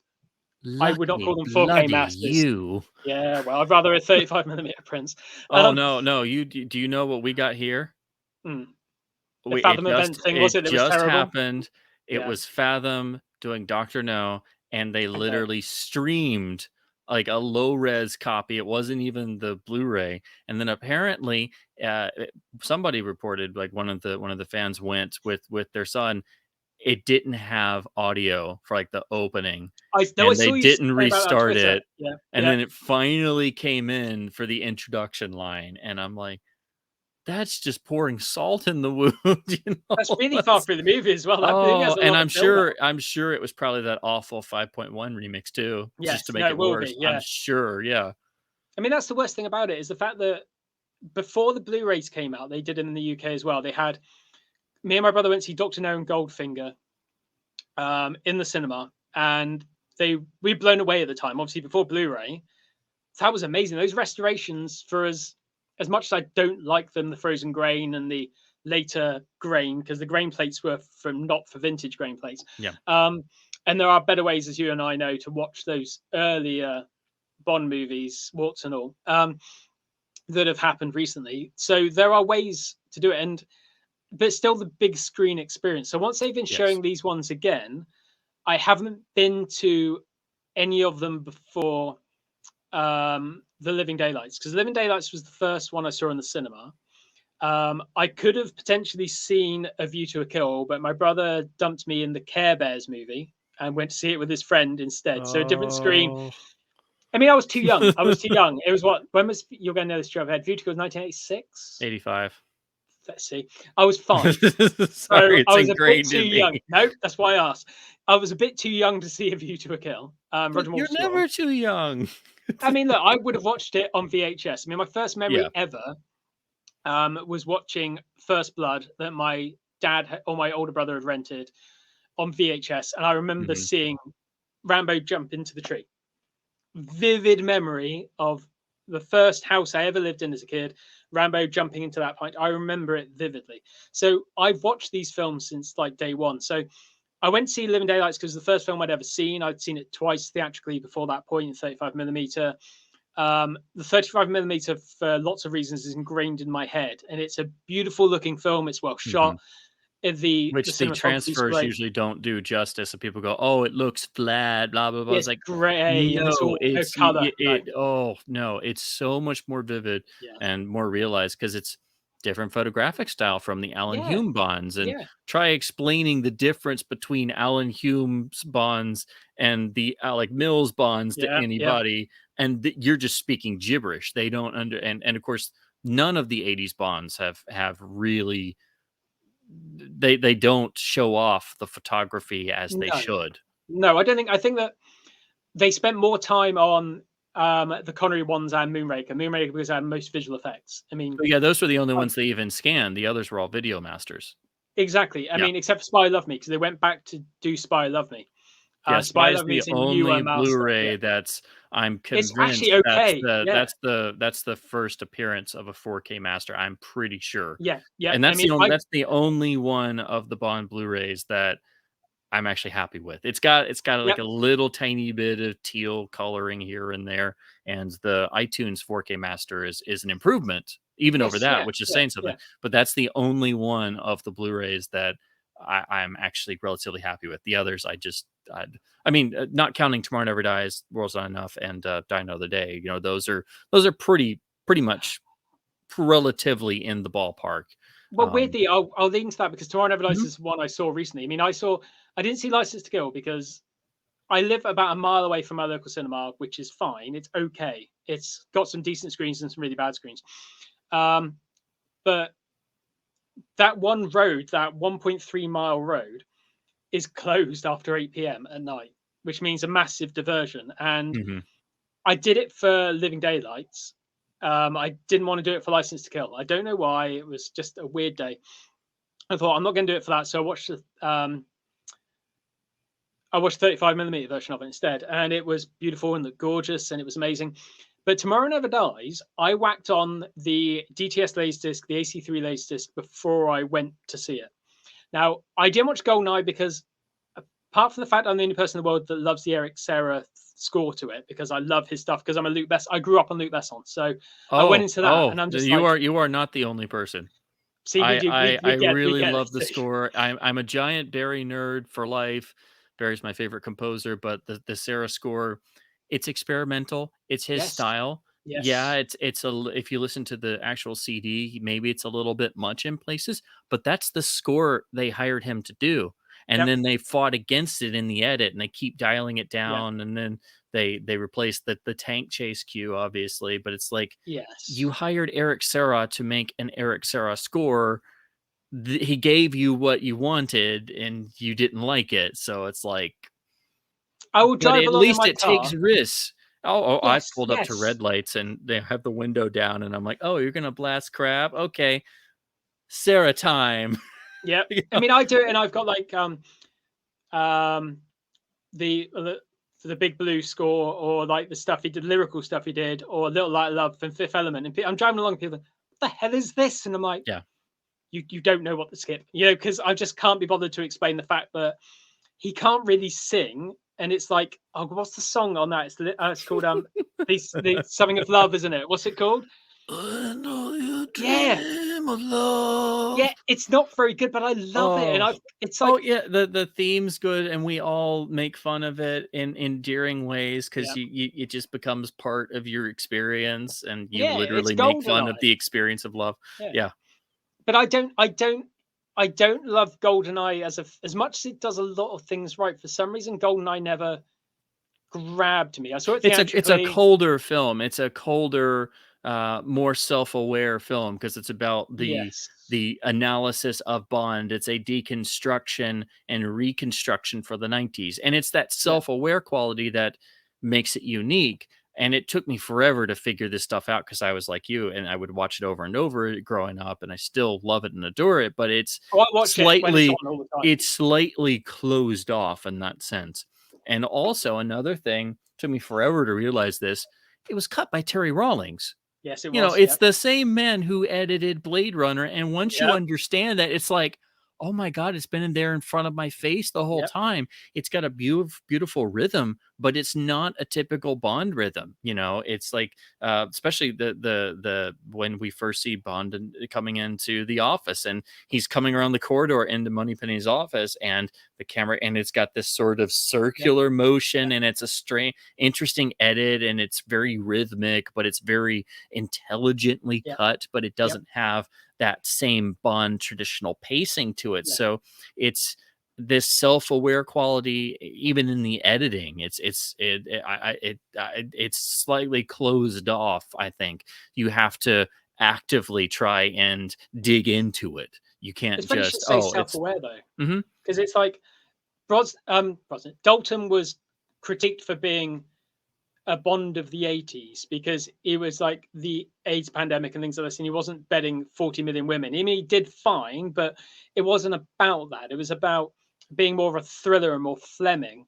It And was then exactly how it is in the books, where exactly, and and that's then how it Craig should be gets that whole thing of because like, without developing the relationship yeah, between Bond and the female there's no characters, there's loss when no they die. reason to Yeah, care. yeah, And that doesn't mean that you can't have the betting every gorgeous woman in the world that he comes into contact yeah. with. You know, you can still have that if you want to do that, but that's window dressing Yes, because yes, it's part of the world and the experience. And yes, that's fine. But if you don't build the female character relationship, if there is no connection there, then it doesn't matter. And that's the one thing that I will say that the films have never lived up to the way Fleming did it, because no. yes, the books have dated, you know, in terms of their social outlook. Obviously, they were Sexual written in the politics things, 50s. they're pretty, yeah, Absolutely, there is some cultural stereotyping in of there. course. That's part and parcel with most books of that time period. Unfortunately, it's just it was a different time period, literally. Um, but the heroines that Fleming wrote, every time I read the books, I care Yeah, deeply yeah. about them. You know who they are, you know what their situations are, you know what their emotional state is at the time. You don't always get that in the films. Yeah, I think that Fleming, he tried to make the women the characters, but he wasn't very good at writing women all the time. I think that some of them fall a bit flat in their motivations, and they're Yeah, there to fluff Bond and nothing else. And that kind of makes sense because Bond is the hero, and it's the 50s attitudes, and that's who he was. I mean, I kind of get that, but also, you know, the self awareness of Goldeneye, and the fact that M calls in the sexist, misogynist dinosaur, that's and the key line. That explains the exactly. whole intent of the movie, and that's Yeah. great. But after that, they didn't go anywhere with it. That's why I It goes feel that Roger Moore again. It goes silly and because there should be spy which is thrillers. fine. It's great. I love Roger Moore movies.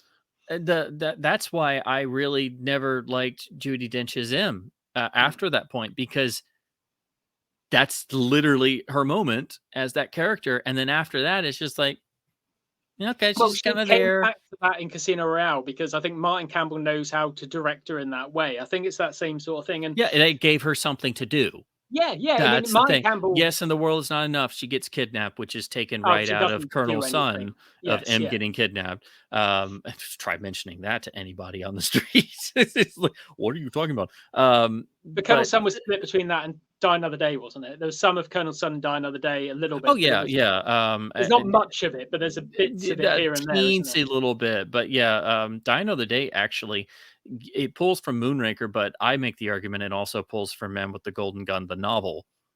Yeah, a little bit. Yeah, yeah, yeah. especially the opening, and of course, got a license to kill flavor in there too. But of course, if you don't look at it seriously, you're not going to be seeing this sort of soup of all the elements they're pulling from. And it's like, how many times did they technically lift things from the Gardner novels without credit? Kind of a Yeah. lot, actually. But at the end of the day, they've only got a certain amount of stuff to pull from Yeah. because Fleming only wrote so many novels and short Hmm. stories, and there are some that aren't made, even though Portrait of a Lady, some of that's an Octopussy and some of it isn't. And then Yeah. Hilda Rarity is referenced in, I want to say, License to Spectre. Kill. Oh, License to Kill as well. Yeah, yeah. Yeah. And it's like there are little bits here and there, and there are little things here and there. But I think that when you get someone, and Tomorrow Never Dies, I like a lot. I think that the Dalton stuff was spy thrillers, Hmm. and I think this is closest Brosnan got to a thriller. I think that a lot of it is very special effects led. I think The World's Not Enough is close-ish, but it goes a bit too. When you have a car that can do the things it can do, even in Tomorrow Never Dies, I think he does a lot of spy work when he's going around, into Carver's like print works and things like that. And he's actually doing spying, and then where My they sets favorite off the scene in the alarm. entire film is It's him in Gupta's great. office with the little David Arnold techno cue, Yeah. and I'm like, because it's really going for it. You see Bond David doing Arnold spy was things. great. Yeah, I mean, David Arnold That's was my the best favorite thing. David. That's one of my favorite David Arnold cues because he really just does his thing and is allowed to do that and not be constantly referencing other things. But he had to score the film piecemeal, so I don't blame him for that. He No, had to no, I do mean, it in pieces and not in sequence, and yeah, so he kind of got shortchanged a little bit. The World Is Not Enough is, I think, his best score Oh, because I think it's, yes. Yes, what's it called? Is absolutely. it Ice? There's something called Ice. It's the attack when the guys come down the paragliders. Yes. After he has his stupid jacket thing. I came That prepared for a cold reception. exactly. So it's like I can't remember, it's called Blue Ice or something like that. That dun dun dun. That is one of the best Bond pieces of music. Full stop. And I'm someone like say like the Eric Serra stuff and the Hamlish stuff in Spy Love Me, the disco Bond as I call it. Yes. And most of it sounds like ABBA. It sounds like Voulez-Vous, a lot of it, and it's Yeah, really and they sort of use cheesy some and he 70s. uses some Bee Gees riffs. Bond Yeah, yeah, 77 is literally yeah, oh gosh, I can't remember which one it is, but it's totally a Bee Gees melody.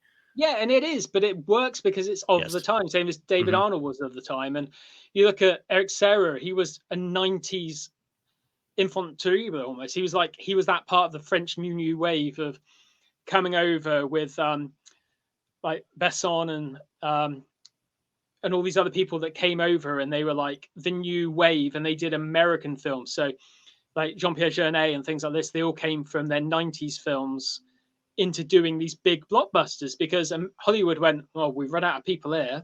We've screwed up everyone else. They've gone independent. We screwed up Fincher, and then he went off to do this, and we did all these things wrong. So let's get the next band of people that will just take a paycheck and make Alien Resurrection or whatever else we want them to make. And that's what they did. But I think Tomorrow Never Dies, watching it on the Laserdisc beforehand helped because there's the bit that says Terrace Bizarre, and Yeah, it's that the yellow burned in text. captions. Yeah. Yep. And it's bleeds slightly on the Laserdisc. And it's Yes. burnt in my mind because I got Laserdisc the day it came out, and that 4K master, it's a video transfer, like I said, it's the same bleed is on the big screen, and it's a reasonably big screen in that multiplex, that one it showed on. The bleed was there. And it's not there later when on later burned in ones where it says Oxford or stuff like that, but it's that It said that first first one. one. And it's like, that's the same Laserdisc master. That's the same D5 tape you've had since 1997.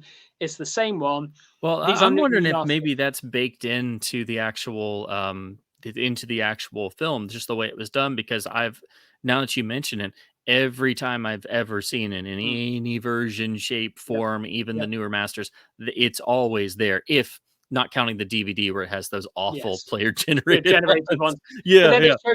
That shows that it's not on the OCN. So if they went back to the OCN, it wasn't an optical. That would have been digital because it's 1997. Why would you not? You wouldn't have optically printed that because there's no degradation in the footage around. And I love that opening to that film. Bond with that cool leather jacket, and he gives the guy a light and then hits him like Filthy Habit. I love, But then I noticed this time watching it, he does that gag twice. Because when they go to, when he's like, yeah, for the like, yeah, exactly, and he hits the guy, and it's stupid. It's like you've done the same gag twice, but I like Tomorrow Never Dies because it's more of a thriller, and I can see why they wanted Waylon to do like a spin-off. It's violent, it's a bit nasty. Stamper, I noticed watching it in a cinema now, has 2 different colored eyes. I've never noticed that before on home video. It was like, oh, weird. He's like got one I'd never brown eye, one noticed green eye. that. Never thought Seeing it about on it. the big screen, and I was, because So I've many seen more that things film, are obvious. Yeah. I've seen it so many times I don't care. I know what the story is. I can mouth along with the things. There was a 12-year-old girl and a maybe 6-year-old sister who were prattling around in the seats over, and they were making too much noise and giggling and laughing. And fair play to them for seeing a 1997 Bond film. I mean, great. Yeah. But they obviously dumped there for a reason. You know, someone dumped them or whatever else. But with that going on, I didn't care because it wasn't the first time I'd seen it.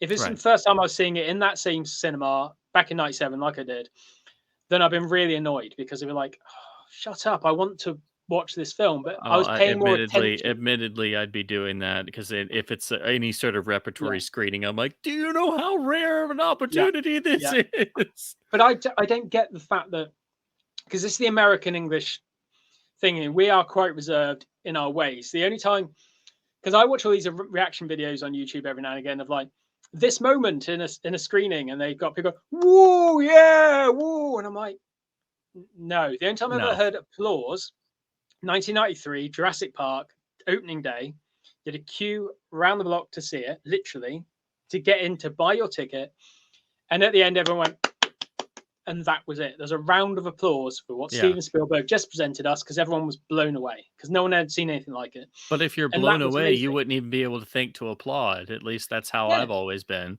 Plus, I'm very self-conscious, so even if I would want to, it's like you're the only person. You're like, you don't understand. This is high art. This is amazing. But of course, if you're thinking that, you're not even going to be thinking of I should applaud. You're going to be like, the greatest compliment of a Japanese audience when you see a film in Japan, dead silence. Yep. And that's what it should be. It's like, I occasionally exclaim when you can't help it. So laughter is an exclamation. You can't help doing that. Yeah. It's to use Old English as an ejaculation. It comes out of you. It's like, you can't help that thing. So it comes out of nowhere. So there are times where, when I saw The Raid, the Gareth Evans movie, I saw it with a guy who's very well versed in cinema, in that we used to work together and we used to walk past each other on a busy Saturday in retail, and we used to go lines from Aliens. So he'd say one line, and then next time we passed each other, I'd say the following line, or Terminator 2, or whatever we had the same reference for.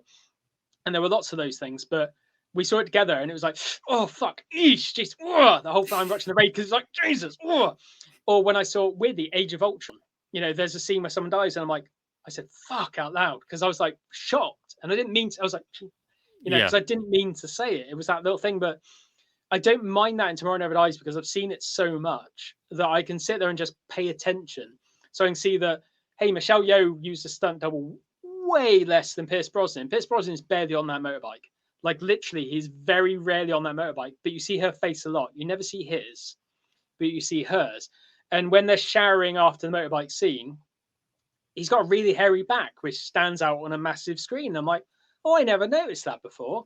But it's like the sunlight glinting. But it's the weird things, you know. But Stamper has got 2 different color eyes. And I'm like, is that the actor? I meant to look up, actually. Is it the actor, or is that a choice in the fact that he's got these things? But it was shown on ITV in the UK on the Sunday before this. And they cut the Dr. Kaufman scene, pretty much. So I know. Probably just for time and the fact that how it ends is too violent, intense. It's not violence, it's the intensity of it. And it's at 8 p.m. at night. So it's past the watershed, as we called it. And it's like, it's which fine is the to point show of the scene, you know. It's so stupid. But that's why Dr. No was cut. And you know, we still don't get the joke because he's supposed to shoot him 6 times, which is overkill, which is part of the tension reliever. And that's the joke. You've had your 6. And it's like, okay, you know, it's that's like what gets me about these things. Censorship really ruins films. It's like the one that got me for years was Lethal Weapon 2. So Lethal Weapon 2 is a very violent film in a lot of ways, but it's, it's also a Bugs Bunny cartoon. It's that kind of Yeah.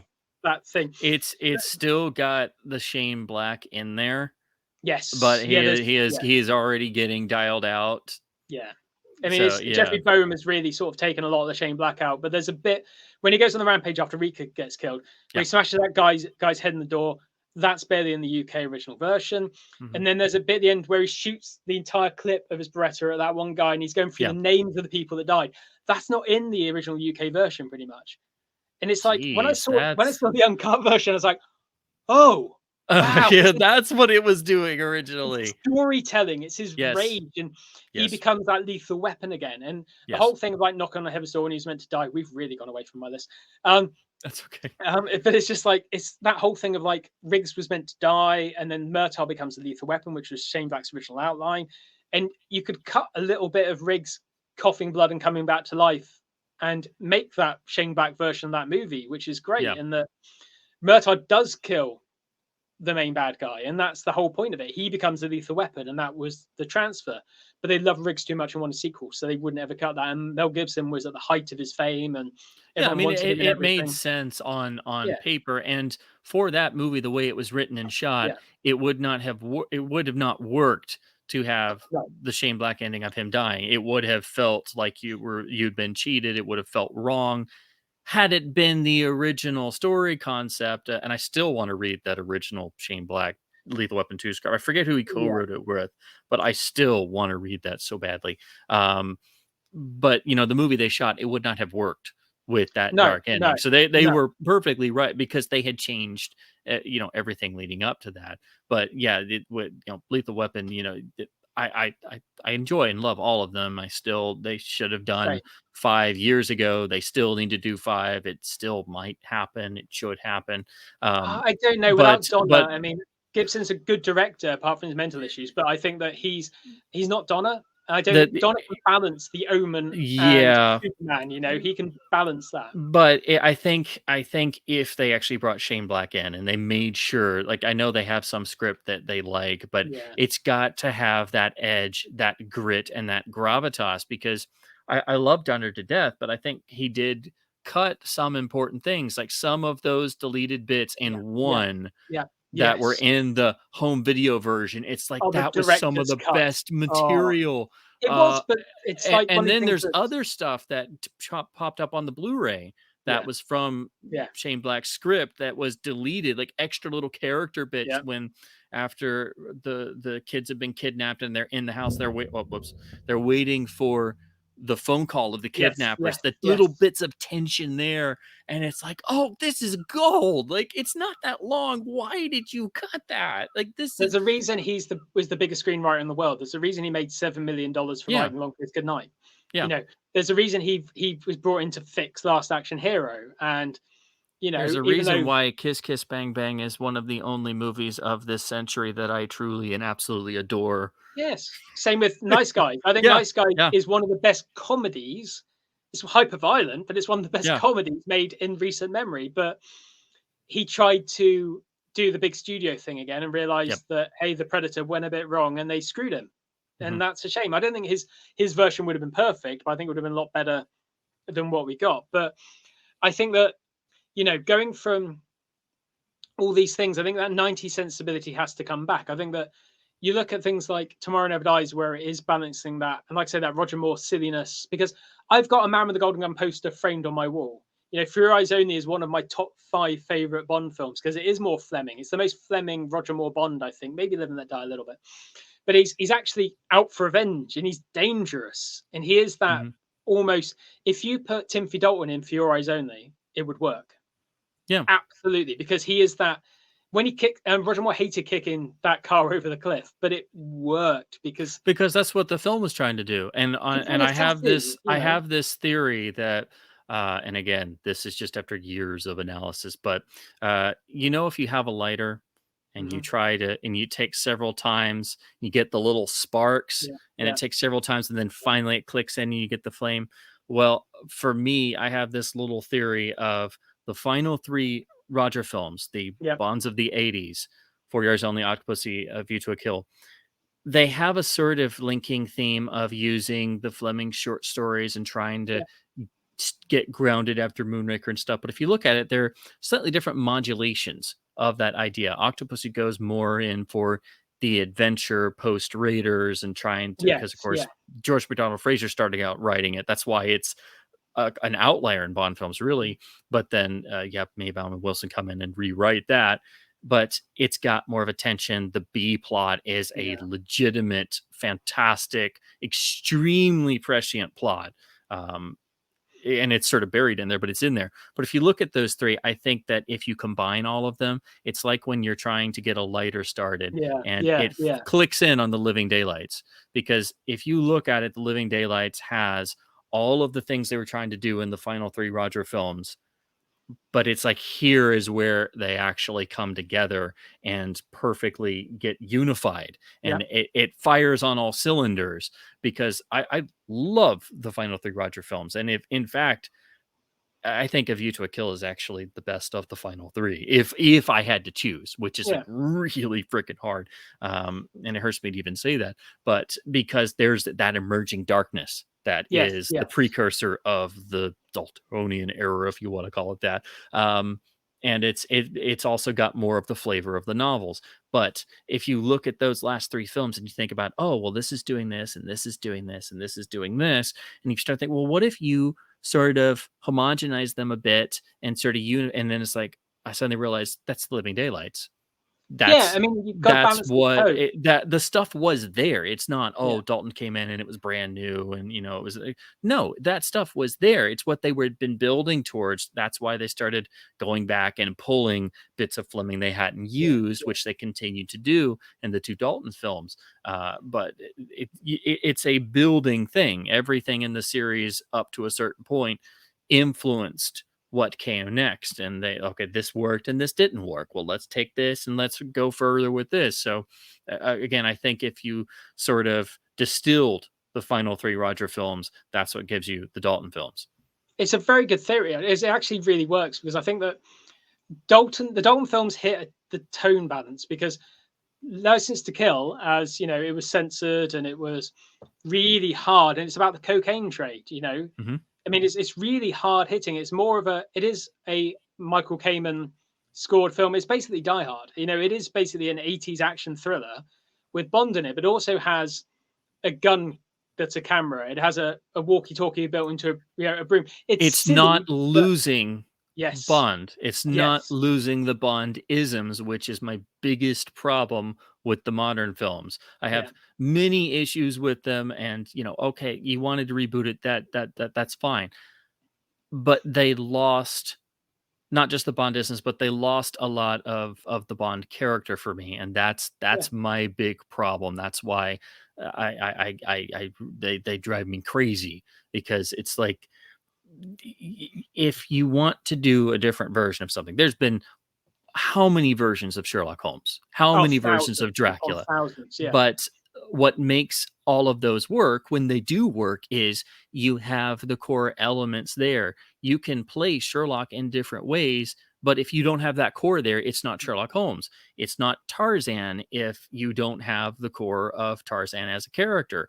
If you change the core, then just do something else. it's Um, sort of having an idea. So if you look at yeah. things like I said about going back to westerns, it's like because I love open range, that Hmm. doesn't mean The Searchers is any less of a film. It just means that I think open range is, it's valid. It's got something else to say. It's got something different It's to say. saying something, Yes, which and it's got something few different modern to westerns say. do, and oh god, a sound mix to die for. Oh, Oh, that end battle is just. and I saw it and in cinema and it was oh, amazing. the attention to trying to get the realism of the gun Yeah, battles and yeah, how miserable it yeah, was, and then the actual loudness, the deafening yeah. loudness of just a pistol going off. It's like, oh my It's gosh. stunning, and the place fills with smoke, and it's just, Yeah. it's really evocative of something. Has something to say, but I think that the reason that, and I don't outwardly hate any of the Bond movies, but the reason that View to Kill and Octopussy are near the bottom of my rankings because Octopussy will do the spy stuff and it'll do the thriller stuff, but then it'll also have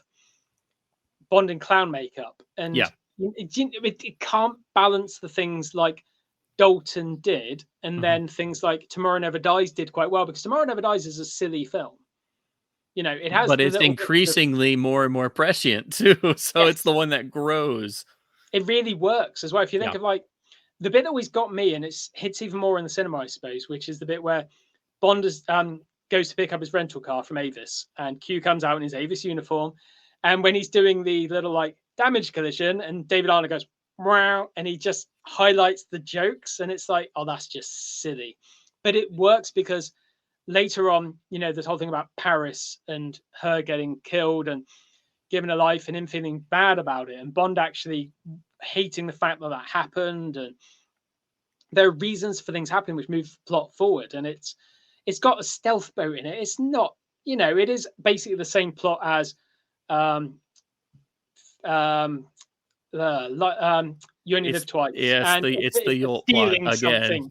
Yeah, and it's because they Moonraker again. rewrote it because MGM Yeah, threw out the script. yeah, and it's stupid, and I get that, but it's That's the issue that again, people don't know this, but you know, that's what has held it back over time yeah, is they had massive scripting problems. yes, yes, But it works because it has verve and drive, and you have Sam Peckinpah's editor directing the movie and that's the difference, not I think. listening to the yes people because there was friction there between Yeah, him yeah, and Eon.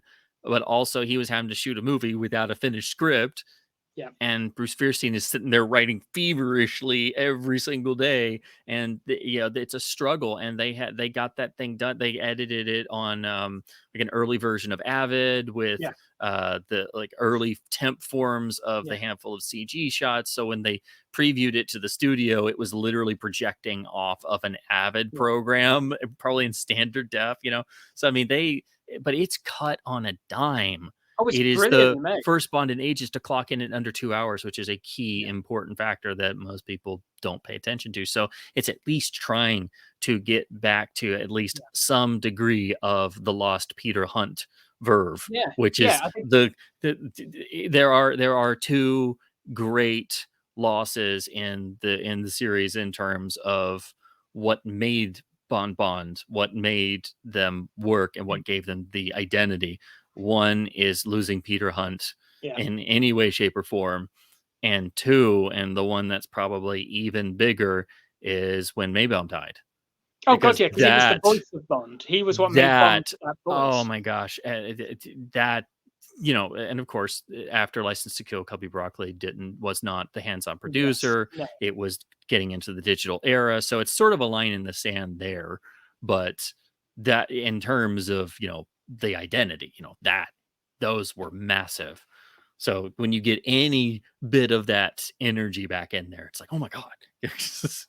well, weirdly, I mean, it's going on to the last film before the one where you actually get into. It's like it really sort of segues into that. In the two things that I want to see from modern Bond, who I'd love to see direct, either of these two people direct a modern Bond film, like a Daniel Craig one, let's say, Mhm. is John Glenn. I'd love to have seen what he Oh would have God, done with yes. like a Pierce Brosnan, with all the tools that are Yes. available, the Oh, CG and the ideas. It would have 1000%. been amazing. And the person who directed the other film that I watched from an Indicator release, going back to Indicator, which is Force 10 for Navarone, which I haven't seen since it was on TV on a Sunday Mhm. afternoon on like a Oh really God, I bad love that pan and movie. scan I version. absolutely love it. Never seen the extended version before in my life. I've only Yeah. seen obviously the theatrical version, and I put on the Indicator Blu-ray. I've had the box set since the day it came out. Only just watched it literally last week. I don't know Yeah. why I didn't watch it. It just literally sat on the pile. Me and you probably got way too many discs and things. So it's Yes. like it goes on a pile and either gets watched the day it comes in, or it goes, oh, that's a Sunday movie, or that's a movie for a rainy day, or you know, there are some things that go with some sort of, you know, feeling or whatever else. So it's like I always watch these, and Ghost in the Darkness was a Sunday movie to me because it's kind of like a Western. So it had that feel. So I watched Force 10 because it felt like a Sunday movie. So I watched it the same day as Ghost in the Darkness. And this is one where I played around with the, like I said, receiver. So it's a mono track. I put the up mix on, no, straight mono, leave it as it is. And watching it again, just seeing the fact that obviously it was very heavily influenced. It should have been made a lot closer to the Guns of Navarone. It should have been Yeah. made like 5 years Oh yeah. afterwards, not well up like 10 years afterwards. It literally, Guy Hamilton walked off the set, "If the Spy Loved Me," with half the cast, and just went, Richard Kill's coming with me, Barton Mack's Yes. coming with me, When I and finally it won't saw it, I'm fit. like, "Oh my god, this is so much." And Yep, then the tone, the dark yep. humor, Oh, it's and so it's like, dark. oh, and it's There's like, that bit that stands out to me was sitting there watching it, and like I say, I haven't seen it in a very long time. Never seen the extended version.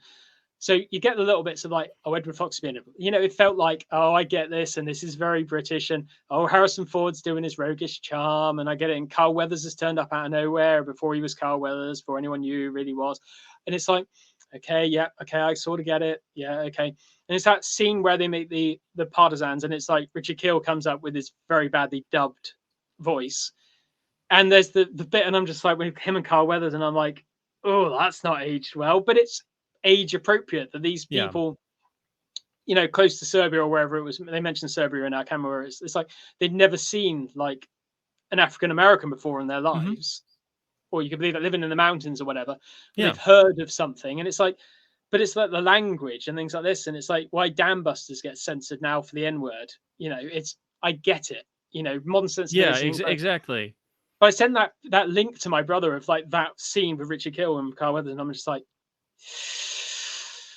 well, hey, that's and that's censored apparently. I was reading IMDb as I was going through. It's like all the TV versions showing take like the language out because he calls him Blackie, and it's like they've taken that out of the Yeah. TV versions, and I get why, because Oh, absolutely, yeah.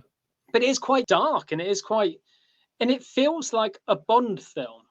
It's Yeah. set up like a Bond film, and as the intro, and it leads into the setting up of the mission, and it is a real men on a mission movie, but not quite like the dystopian version like you get with the Dirty Dozen or something like that. That feels more of that pure It's 70s Guy like Dirty Hamilton and Harry not cinema. Aldrich where everything Yes, sucks. yes, Yeah. yes, and it's like there's some hope. Yes. If they pull this off, we will live through this. There's a sense of fun. Yeah, and he has Yeah. that sense of idea, and he has that sense of some of the effects are way ropier than a Bond film. The plane going in and crashing, but they have this team, Force 10, and they're going to go in and they're going to, oh wait, they're all dead. Yeah. And in the first 10 minutes, half of them are dead, Yeah. and it leaves like two of them. So there's And still a reality there. And of yeah, course Hamilton was a commando. yeah, and he gets it. He had lived through this Yeah, stuff. So yeah, he gets a sly humor in there, but when everything when it goes bad, yes, it goes bad, and then they're stranded in the middle of nowhere, and how do they complete their yeah, mission, and they're counting people, and can they be trusted, what's going to happen. So yeah, I mean there's a good element of reality in there, even though you read about the production and people said, oh, the movie's not very good, it was compromised, or it was yeah, miserable, the script wasn't finished, da, da, da. I'm like, well, yeah, but it's really great, actually. yeah. Ford actually either speaks highly of it or badly of it, and he had, I think, he had fun making it, but doesn't like the finished product, which I kind of get. I mean, it's got its flaws, but it's a men on a mission movie. It's got that sense of like fun, like you say, that is a Bond. It's an adventure movie. It is like Yeah. you could transplant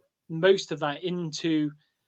You could take, Roger Moore out of like, I don't know, something like probably an earlier Moore film. They say Live and Let Die, and put him into that.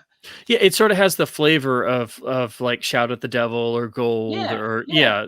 which is sort of like a forgotten genre of these grittier adventure films with a lot of location footage. Like Anthena, And it's that type of thing yeah, of like Escape to Athenia. more. Yeah, Yeah, he and did those especially films. the World War II, Yeah, late 70s, early 80s British men on a films like mission that. movies. Yes. Yeah, Yes. and that's what Mhm. we like. That's why I like, and it was a fun Sunday afternoon watch, and Yeah. it was all right. There's about four too many double crosses and triple crosses and double agents and whatever else, and it gets a bit silly, but I don't mind silly in the fact that it doesn't take itself that seriously until it needs to. And it doesn't There are still overstay its some. welcome. Oh God, yeah, there are some horrific deaths in it, and there's some quite Mhm. nasty moments, and you know, there are some questionable things, and it's like, okay, that's a little bit, but it was war, and you kind of get that from the fact that Hamilton lived through some of that, and Yeah. that's why Hamilton and Fleming kind of went hand in hand, and you can see why the fact that he brought cast with him to bring that sort of that feeling back, because that's why Jaws was such a hit in the spy. That's why he came back, and that's why they kept him alive. Because I'm sure they planned to bring Jaws back after Moonraker. Oh yeah, yeah. But they just never got around to doing it. And then, you know, you have homages like Batista in Spectre, you know, with his teeth and things like that. And you have little bits, and the train fight's very from Russia with Love. Um, but not as good. But there are moments that work in Force 10, even though it is the lesser sequel. Guns N' Never End is a better film. It just is a better film. It's that high art version of doing that Men on a Mission movie, but the best way of doing a Men on a Mission movie. And so influential and Yeah, underrated and yeah, undervalued, and yeah. yeah. And it's good that, you know, Sony went back and released the 4K and things like this, and it's Mhm. great indicator of preserved both versions of this with original mono track and all these other bits and tons of extras and all these other Yes. great bits. But it's weird seeing it in how Guns N' Never Own is very much a war movie and that era of war movie, whereas this is an adventure Men on a Mission movie, not quite the, like I said, the Dirty Dozen, that bleak, like really sort of almost Wild Bunchy sort of thing, Yeah. you know.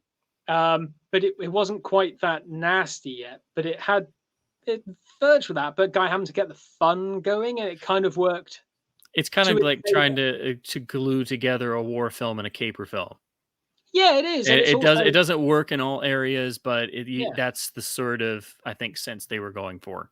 You can see him pitching ideas to Eon, and or you know, or Cubby going, "Oh, I don't know about that, or I don't know about it. I'll steal it and I'll use it in this." So you could Yeah, see yeah, there file it was probably away. some set piece, yeah, some set piece that he thought, you know, I'm going to steal that and I'm going to use that in this, or because there are points where they're spying, basically, you know, where they're breaking into the place to steal the explosive equipment because the explosive equipment has all got used, you know, Yeah.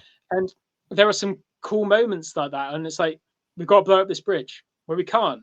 I'm explosive expert. I'm telling you we can't blow up the bridge. Well, there's a dam down the road. We didn't tell me there was a dam. I can blow up the dam. That's great, and that'll blow up the bridge. And it's like, Yeah. why didn't we think of it? And it is a caper movie, is the best way to put it. It's like if Ealing made like a war movie, Yeah. but with a little bit of the darkness that maybe comes Mhm. in from later things like the Dirty Dozen and stuff like that. Um, yeah, so from what we've been watching into the main reason that we've both assembled here, and you've probably got Spade over your shoulder there, is I rewatched a film this week that I saw originally in the cinema in 1998. I have my original cinema ticket literally to hand, which is there, which is The Avengers. Not the Avengers that all these kids know nowadays. It's the Avengers Yep. based on the 60s TV show with Patrick Nee and Avengers. yep, and the late Diana Rigg. So if you look at all these kids, that got me really confused. Is like the Hellfire Club became a thing now on T-shirts because of apparently Stranger Things, but the Hellfire Club was Hmm. always the Avengers that became the X-Men because the X-Men comic book based Hellfire Club and Emma Frost on Emma Peel Yep. from the Avengers, and that's how that came. And I'm like, what are these kids wearing? Oh, it's a new reference. That okay, Mhm. fine. But yeah, the Avengers, which was I'm going to murder his last name as I do. It's like Jeremiah Chechnik, is it? Or Chechnik? I think I've they heard both pronounce it. ways, I think. I've heard it Chechik too, so I Yeah, don't yeah. know. He came off a massive hit. Was quite liked at Warner Brothers under Jerry Weintraub through National Lampoon's Christmas Vacation. Because it was a massive hit for them, and Weintraub quite liked him. They had the rights to the Avengers. It was a known property, like we saw about saying about IP being a big thing. So Americans didn't know what the Avengers was. It was very rarely shown over there. Obviously, I was more of a Prisoner kid when reruns were showing up. I liked the Prisoner a lot more. McGowan was sort of badass, and the Avengers was always a little bit silly. But I went to see this because for some reason the trailer's very good. I mean, we both rewatched the trailer recently. Mhm. And the trailer is very good, and it got me in the seat. But this was a time in the late 90s, mid to late 90s, when I was 15 in 1995. From about that point onwards, I was going to the cinema pretty much every week, and I saw everything. So anything that was out in my little 3-screen cinema, I would see everything. So the fact that I've seen a lot of these random things, like I saw the John Travolta film Michael. I was the only person in a massive screen. No one else went to see it apart from me, apparently. And I was like, great. But I also went to see the Avengers in there, Escape from LA, you know, From Dusk Till Dawn. I saw everything in that period. And the Avengers was something that I knew of. I'd seen the occasional episode. Fiennes was just coming off The English Patient, which won the Oscars, and it was like a big prestige thing. Obviously, Uma Thurman was falling out of love. This was 4 years after Pulp Fiction. It was 2 years after Batman and Robin became notorious, shall we say, another film I saw on the cinema day one. But it became that thing of like this cast with Connery obviously being a Bond fan, you know, I wanted to see it because the trailer was really good and it had all these things of The Saint, which I loved, which is the year before in 97. I loved The Saint day one when I saw it in the cinema. I bought the laserdiscs, the VHS. I bought the soundtrack. Yeah, there it is. That's a gorgeous laserdisc. Saw this opening week. It's such a good film. And weirdly, another film where reshoots happened after test screenings. Yes, I have that in my list of The Avengers flopped disastrously. It was a film that came out, it didn't find an audience. Saw it in an empty theater, totally empty. Yeah, I think it was me and two other people maybe, and I enjoyed it. I thought it was quite fun. I don't think Uma Thurman has ever looked as good as she looks in this movie. I think it's well shot. I think it's weirdly the action in it, the robotic waspy / chase sequence is really well made, really well directed, and really well shot. I think it was Second Unit. I think is either this. There was a film I watched in my list. It was either this or Terminal Velocity that had Vic Armstrong as the Second Unit. I don't think it was this. But it was like for sure. I know they either built it up or they tacked it on. Yes, it was definitely an addition, but it's really well. I want to say that he might have, because that seems to ring a bell. Yeah, and it's really strange because it is such a really well-made action sequence and really well directed, and it hits quite well. It sort of sticks out because it's like the most polished bit of action in the whole thing. Yep, in the version we have. Well, in the version we had, definitely. Yeah. And that's the problem with it, I think, is that, you know, this film became a film out of nowhere because it flopped and everyone thought, oh, that's a terrible. He was the Second Unit director on the Avengers. Okay, all right, okay. I'm glad to know my memory wasn't faulty. Well, that's the thing. He had a run of Starship Troopers, Tomorrow Never Dies, Black Dog, which I don't know what Black Dog is. Is that John Woo film with Dolph Lundgren? Am I thinking of something else? Oh, it's Patrick Swayze film. Yeah, it's a Patrick Swayze film directed by Kevin Hooks, whoever that is. And then after Avengers, he did Entrapment. So he kept on with Connery, apparently. Yeah. And there are some Bond type stunts in Entrapment, especially when they get on the towers long before Ghost Protocol. Yes, indeed. Yeah. But there's wonder where he got that idea from. He didn't steal from a Bond film that time. No. But there's some really good ideas here and there, and it sort of felt like it worked. I mean, this was the summer of like Lost in Space as well. Mm-hmm. I like Lost in Space. Again, Stephen Hopkins. I just there's something about a Stephen Hopkins film that I will defend until the end of time, even though they're not very good. I can see the flaws in Lost in Space, same as I see the flaws in Avengers. But it was that thing of I liked it at the time. I don't know why, and also don't know why other people liked it as an 18-year-old. And later on, you come to realize that the more you watch it, you realize that, well, that doesn't really go anywhere. Or why are they acting like that? Why are they acting very staid and very one note? They're very monotone in their delivery. And it's only when you look into what happened behind the scenes. And there was always a thing of, there's someone on Twitter who is basically the biggest Avengers fan in the world, who has all the cut footage you can find, all the cut scenes you can find, whether it's like a still or whatever else. He's also traced the fact that the teddy bear suits, which is an amazing visual scene. The visuals in this film are amazing, but the teddy bears appeared in a Spectre Gadget, the Matthew Broderick film, another Warner Brothers joint, and Chesnick did a TV show. I can't remember the name of it, but he had one of the teddy bear suits in that as well. So there are little themes that go through because the visuals in it are quite striking. But it turns out it was around, I think, correct me if I'm wrong, 118 minutes and got cut down to, was it 98-ish minutes? Something along those exact numbers. It's supposed to be somewhere in the neighborhood of 2 hours. And 89 minutes. 89. So it was a long way around. So there's a lot missing. I think the quotes are, it's about 115 to 118 minutes was the original runtime. Yeah. I mean, I linked to an article that I found. there's a British sci-fi magazine called SFX that started in the 90s. I used to read every week. And they did a look back on it. Actually got some quotes from the director and like from everyone involved. And it's quite a good article. It's only about 4 pages, but it's fascinating to see all the stuff that they did cut. And then you look at the trailer and realize that, oh, the trailer actually tells the story of the film that was shot. Mm-hmm. And then all of a sudden, I was a big Eddie Izzard fan, and he got cast as a henchman who has one line. He just says "fuck" and that's it. But he had 3 lines originally, which isn't a huge amount. But I remember him and Shaun Ryder, because I was a big Happy Mondays fan, growing up into the 90s kid. I listened to a lot of Manchester music, and he came out of that.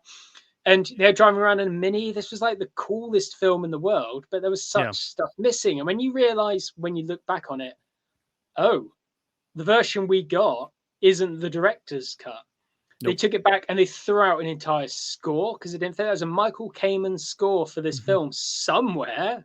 Yep. You can't hear it anywhere because they chucked it because they couldn't re-edit it back around their new Warner Brothers approved cut. Because the story goes, on all the research that I did, that Weintraub really loved what the script, and he really loved what was going to be made, and he championed it at Warner Brothers. And they were away for about a year making the film. And when the director came back into the US, the whole of Warner Brothers head top brass had changed.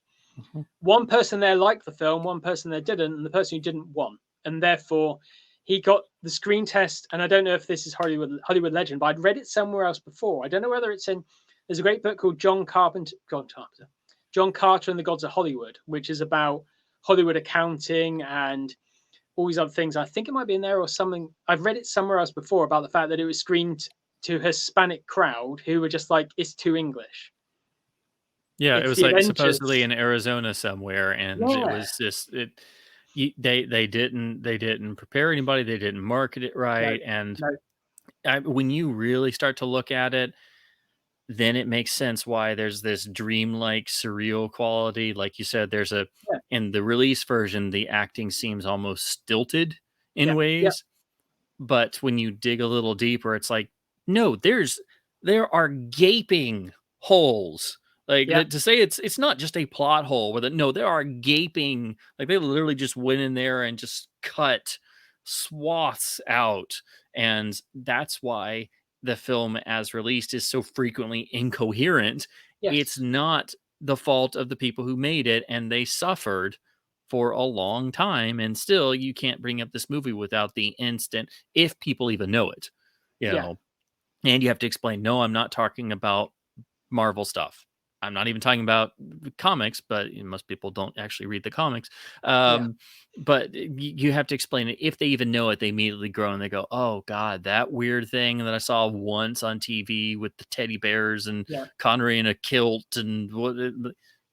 But you've got to dig a little deeper, because the history of this film is just vital to understand what happened, because like you said, you recognize stuff in there that for some reason you like it, but it feels weird. It's disjointed and it jerks you around because it's not the film they made. It's just not. And cutting a film down to under 90 minutes when it's a 2-hour film, it's the old adage of, if something is good, you don't feel the passage of time. It could be a 3-hour movie. It feels like 90 minutes. But if you cut something badly and you cut it down way too tight and you remove all kinds of explanations and character details and things, you make it incomprehensible.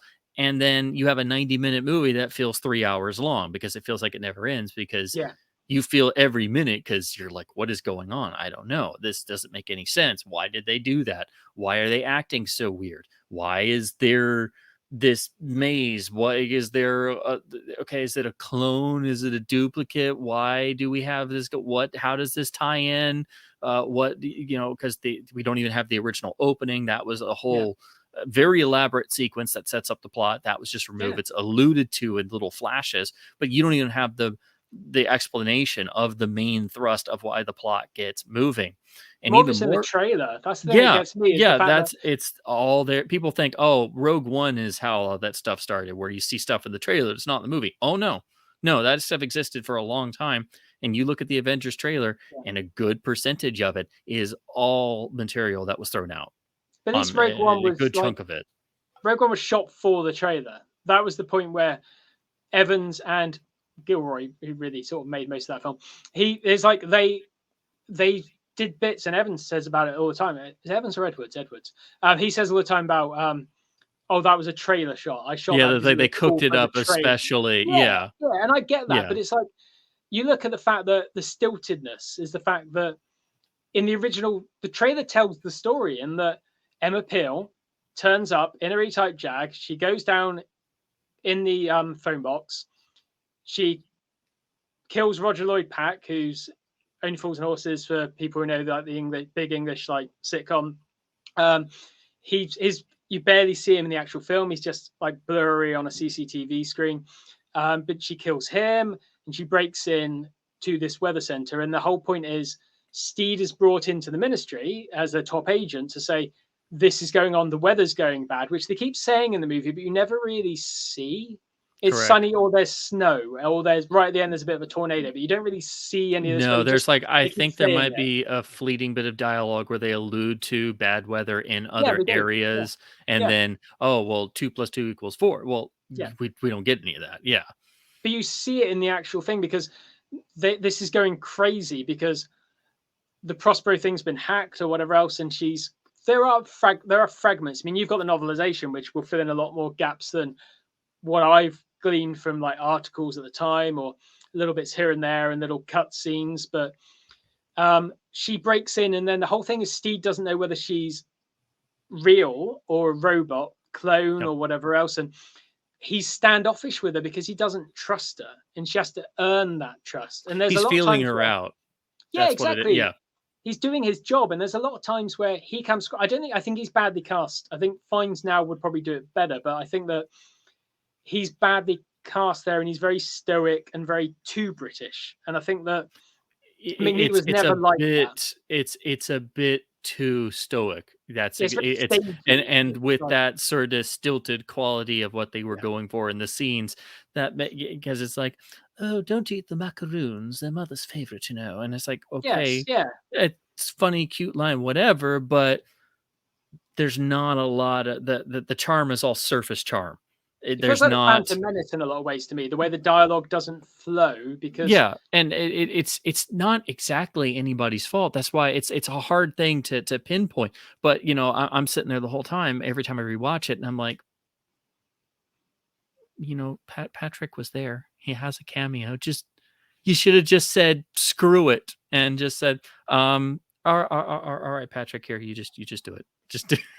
originally they wanted like Mel Gibson to be Steed, and he Yeah, had more and charm, and that would have the worked in a way. history of getting it Yeah, off the ground yeah, is fascinating, because I didn't know for the longest time Sam Hamm wrote a version, and I'm yeah, like, which would have been I amazing want to to see, read that, man. That sounds fantastic. because he's a bit gonzo in a lot of ways. Like, a lot of his Batman stuff isn't the Batman that we see on the screen. A lot of that script didn't quite translate It got diluted and exactly. reworked, but he was Yeah, the one. If it and I need to make a video or something about this, because I was just thinking about it the other day. Tim Burton and Anton Furst, yes, absolutely, groundbreaking stuff, visuals were beautiful. 100%. But they never ever talk about the person who figured No, out how to make it work, because without Sam Hamm doing that, even though he got rewritten, the core of his story is still there. It's still almost entirely his material.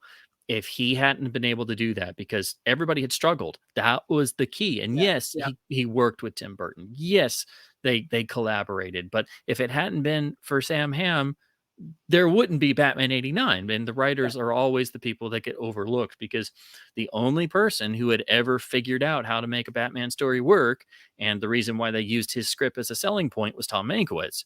And yes, his yeah, exactly. early 80s Batman script, yes, it's similar to Superman because he wrote Superman, Yeah, it's a bit of too course, the camp. core, Yeah, and they didn't give him a direction they wanted to go. And this yeah, is long before the Miller reinvention. This is long before Yeah, Killing Joke yeah, and Dark Knight Returns. yeah, So of course, but for that time, that's the best damn Batman story anybody had done. And he figured out how to hack it as in terms of a narrative structure, because yeah. he was a genius writer and deserves the credit for it. And if I have a flag to fly for Tom Hanks, I will. But Sam Hamm was the person who built on that and said, okay, well, we got all this, we can do darker, but how do you do that? Everybody hit a brick wall, and he was the person to punch through that. And without that, you could have had Tim Burton and Anton First going crazy all day long, but it would have been for nothing because the material wasn't there on the page. But And that's what you had with this, is the visuals are, I think, stupidly inventive and at times yes, breathtaking. That the MC Escher stairs and things like this, and the fact that she smashes through that window that's not there, and the whole teddy bear. The teddy bear thing is well remembered because it's like, oh, Sean Connery and teddy bear, but it's actually visually interesting. And there is a scene yes, that there's only one little still of it, is he tortures someone to death while wearing the teddy bear out, and you yes. don't see that. But That's it's one of also, the biggest missing things that I want to see yeah, so bad. And yeah. just because it's so bizarrely wonderful. But he knows it's absurd. I mean, what I was saying to you earlier in the pre-show thing. It's just like, there is an episode of the Avengers which is called Mr. Teddy Bear. I'm pretty sure that's what it's called, where there is this woman hires this killer to kill Steed, and he talks through a CCTV camera, and he's talking through a teddy bear that just opens his mouth, a little normal sized teddy bear sitting on a desk. And I think that's where some of the idea came from. You can see some of the DNA. I think a lot of these TV shows turned into movies, especially in the 90s, became that thing of, what are we going to do? We can either go like the Addams Family and like be subversive with the idea, or the Brady Bunch. Both Brady Bunch films I really, really love, especially the sequel, which is pretty forgotten, because they went really subversive and they went, we know there was a TV show, we know how this works. We can update things in the Burton way, where we take these things and we make it darker because the campy version won't work now, or Sam Hamm's tried to do a little bit on Batman Returns, then Daniel Waters came in and became like the big I am of Batman Returns, because Yeah, off the because back of Heathers, they totally threw out Ham's script. yeah, Totally. yeah, because on the back of Heathers, he was the guy to go to because he did the bleak darkness that. And his Batman 2 script is good. Oh, it is good. I mean, it's like yeah, there's detective stuff, and it's got Penguin and Catwoman. That's the only linking and there's some winter scenes. That's the only linking stuff. But outside of that, much more detective driven, much darker, and in a story sense. Yes. And tone overall, and it is linked. It definitely feels like an 89 sequel, and it's got totally different visions of things. And it's like, yeah, this would have worked. It Yeah. has a stronger narrative drive than Returns does, which is most people's biggest criticism when they say, "Oh, well, I liked 89 better." What they're actually talking about is 89 has a focus on story drive. The narrative is always driven, whereas Returns is Tim Burton's Tim Burton movie, and I love it for that. And it's my Yes. Yeah. favorite Batman movie because it takes all these Same risks, here. but Yeah. it technically is less of a Batman experience, and it's Yeah. not story narrative driven in the Well, I way was going to that say I Sam like Hamm it put in too. there in 89. It's more like a Cure music video, but I'll take that back and Yes. say it's used in the Banshees music video, because Yeah, the exactly. one Because used in the yeah, and it's like, oh, I there's always a loved reason Susie that and the Nolan, Banshees. I can't believe they let me put him in a movie. It's so great. but it's like there's a reason that Nolan referenced that Batman Returns in Dark Knight Rises. I hate that movie, but there's a reason he referenced Oh, that don't remind film. me. I know, but there's a reason he referenced Returns, because there's some reverence. I mean, you look at, Even I though think the Nolan apparently ideas, hates Returns. oh whatever, he nicked all his ideas from the opening of Dark Knight Rises. Is literally License to Kill. Oh God, yes. And then there's OHMSS and Yeah, Inception. There's yeah, the Kleb Shoe is in yeah, Dark Knight. yeah, The Sky Hook is in Dark Knight. I'm sitting there yeah. going, God damn it! Are Yeah, you he kidding? wants to make a Bond film, but he doesn't know how to work with second units, and that's why his action sucks. But Oh, it's like, I mean, in Tenet, he crashed a 747 into a building. Great, that's just but you budget. don't That's not feel it. skill. You don't No, that's feel not any skill. of No, it. He I doesn't mean, know it's proper no, narrative drive, no. and everything's got to be a postmodern deconstruction. It's Yes, like I that's the sit in a problem. Nolan movie and I feel like I'm watching somebody with a scalpel and a microscope and like, oh well, this goes here and this works like this, and I'm like, I didn't pay to see a 2.5 hour Yeah. operation. I'm Yes, not in yeah. a, it feels like you're in a surgery theater or you're watching some technical, oh well, this is this and we must examine this, and I'm like, no, You're not that's not how smart it's because supposed to you say work. you're smart. That's the other people have to say you are for the thing. And it's the thing of, it's like you say about postmodern deconstruction. It's like the Avengers is postmodern and not postmodern at the same time. And the fact that it's postmodern because it looks back on the cheeky 60s-ness of the Avengers TV show, but it's so otherworldly. And there's a quote in that article which is like, I looked at it like the 60s didn't stop.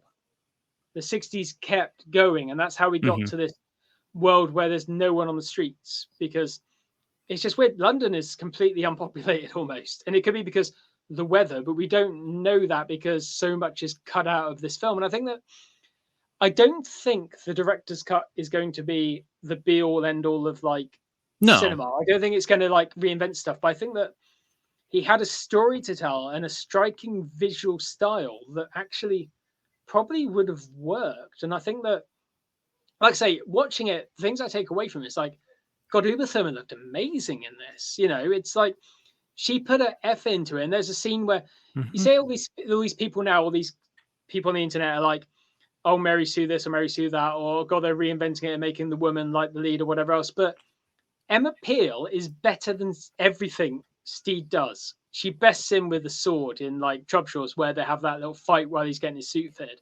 She's better than he is. She's plus she's got smarter a than she is. doctorate. Yeah. And, She's a scientist and everything else. they're obviously attracted to each other. And Yeah. there's that kiss, which they never kissed in the original series. It was always that, that would they, weren't they? And she is Mhm. Mrs. Peel. She had a husband, which you find out a bit more about in the original cut because her husband gets murdered. And that the motivation for the reason she's gone evil, because you're meant to believe that she could potentially be the bad guy in this thing. She could be working with Sean Connery. But then you find out evil Emma, as they call her, who has different colored eyes, which I found out later on. The clone or robot Emma has different colored eyes to the good Emma. There's all these things put in about her motivations and the reason of doing things, and there is a bit of a mystery and there's a bit of a thriller going on before it gets to the silliness and the weird campness and everything else. But it's really annoying that all these films, we've talked about preservation, we talk about it a lot in different places as well, about original audio going missing, and down mixes becoming a thing, or 5.1 or Atmos mixes becoming a thing, or till revisionism. So like Aliens, when I saw it 70mm, didn't look like the Blu-ray looks in Cameron's new master. And there are some things that, the worst I think is still Thief, my favorite of all time. That Criterion version is the worst botched colorization job I've ever seen in my life. It is. I always go back to colorization theater on The Simpsons, where they go back to, it's like green and blue and teal, and it's this weird little gag, and that's how it looks on that Criterion version. It doesn't look like the film, and it doesn't look like the other second disc on the Arrow edition as well, which is very magenta pushed and very like obviously old video mastery. It's Mhm. somewhere in the middle, but less digital. And I think that, okay, we've lost a lot of these things. Look at the great cinematic losses, like going back to like you'll be the best person to talk about things like Orson Welles stuff going missing and things Ambersons, like that's Ambersons and he went off to Greed fight a and war the and came back biggies. and it's gone. Yeah, it's Yeah. gone forever, and we will never, unless even going That's to why it's the things like, saddest film ever made. yeah, you I mean, go to it's things already like, a terribly sad story, but you see that and you just yeah, every time you just break inside and yeah. oh man, it hurts to even talk about it. But Oh things are lost god. forever. If you look at like people that burn, like Kubrick, who burnt all his negatives and things like that, so burnt all his outtakes or whatever else, he would had nothing to do Except with it. the ones in the Warner Vault for 2001 they won't let out. Yeah, It's like and the ending of Strangelove that seems to exist somewhere. It's like I've read about the pie fight since I was 6 years old. It's there are like pictures can of it. we please just Yeah, it's like come on. but now unfortunately Leon Vitali died Yeah.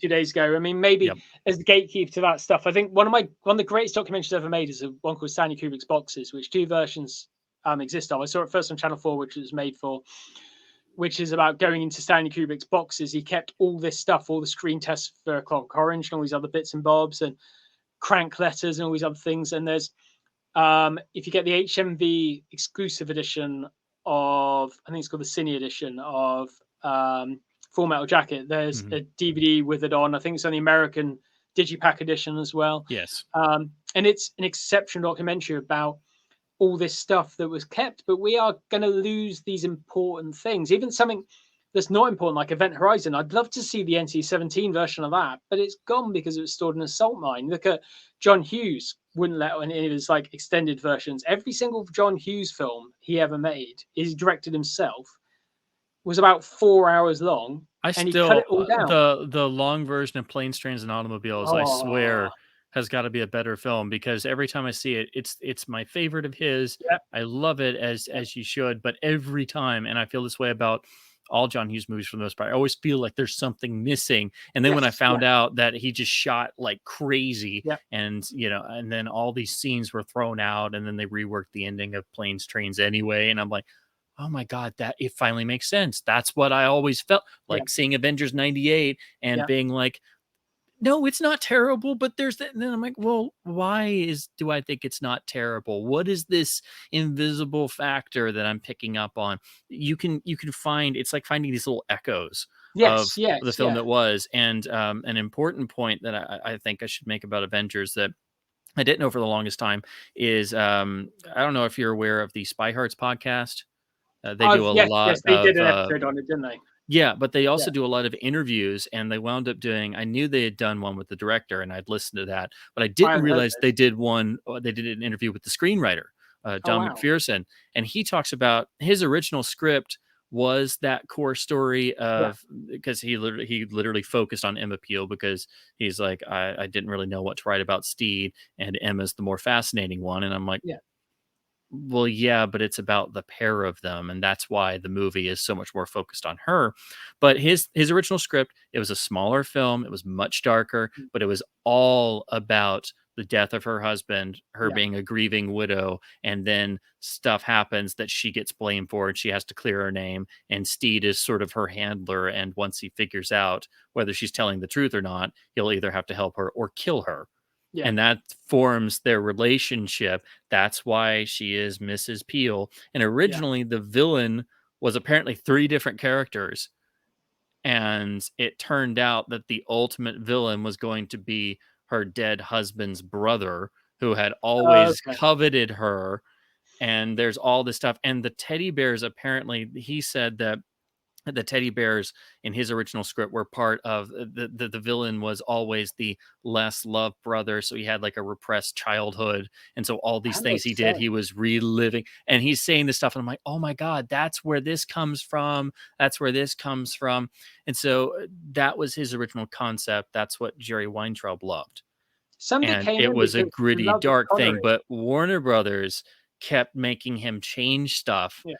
And he tried to walk off several times. And finally he was like, if I walk off, they're going to hate me, and they're going to get somebody else anyway, and they're going to ruin it. So eventually more and more things got dropped and condensed. And then when they went through different directors too. And at one point for a while, it was going to be Nicholas Meyer directing it. I know, that's insane. And it's like, and then he had to pull out because of other commitments, things that just didn't work. But he was just one of many. And they had Fincher at one point, but Fincher wanted to do it in black and white, and the studio was like, no. And it was before 7 had come out. And had it been after 7 had come out, they probably would have said, oh yes, you can, probably wouldn't let him do it in black and white, but at least segments, I think they could have done it like Konji shot 7 very monochromatically. I think it could have it would have been bleach bypass for sure. Yeah, exactly. Yeah, I mean, absolutely. Because after 7, a bunch of people tried it, and when it worked, it worked. And then, of course, you can't replicate that look on home video unless you really take the time, which is why all the versions of 7 are kind of foobarred. So after the laserdisc and stuff. The weird thing about that is like the whole Fincher thing. I mean, Fincher was going to direct Barbed Wire at one point. Adam Rifkin was as well. But then the guy who directed Barbed Wire was a Fincher guy. He was second unit guy for Fincher on Alien 3. or third in it, one or two. And is that weird linking thing between it all, and the fact that they were the go-to people in the late 90s. That's from 95 to 97. Those were the people that would go to, because they would make these films that were safe but not safe in a way. And it was the there was weird some state of the subversiveness in industry. there. Yeah, and they didn't mind that here and there, but most of That's it how got Avengers beaten got out. off the ground, because he was Wine saying Club he loved the wrote idea of it as he's like, it's a very French art it. movie Yeah. with like giallo elements. That's how he wrote it. It was, You can and see and bits of he that was script still, which is really weird, because it's like yes, John there are Connery's in love with echoes Emma of it. Peel, but you don't They know why. condensed, essentially what he had to do was essentially mash the three villain characters together into the Connery character, so he still has the fascination with Emma Peel. And when Chechik came on, that changed the tone a little bit, and he sort of further tweaked it for that, and then that's the movie they went and shot. So it's like Chechik brought in the additional layers of more surrealism and that dreamlike, it's not quite reality, it's distance from, it's in the world but it's not in the world, we don't see any people on the streets of London, you know, it's they called it Avengers Land, you know, it's like it's which makes perfect sense. It's like the Batman films, Gotham City is a real place, but you don't, there's no particular time period setting. It's 30s, but it's the 80s, but it's the 90s, but it's none of those. And that makes perfect sense for this kind of thing.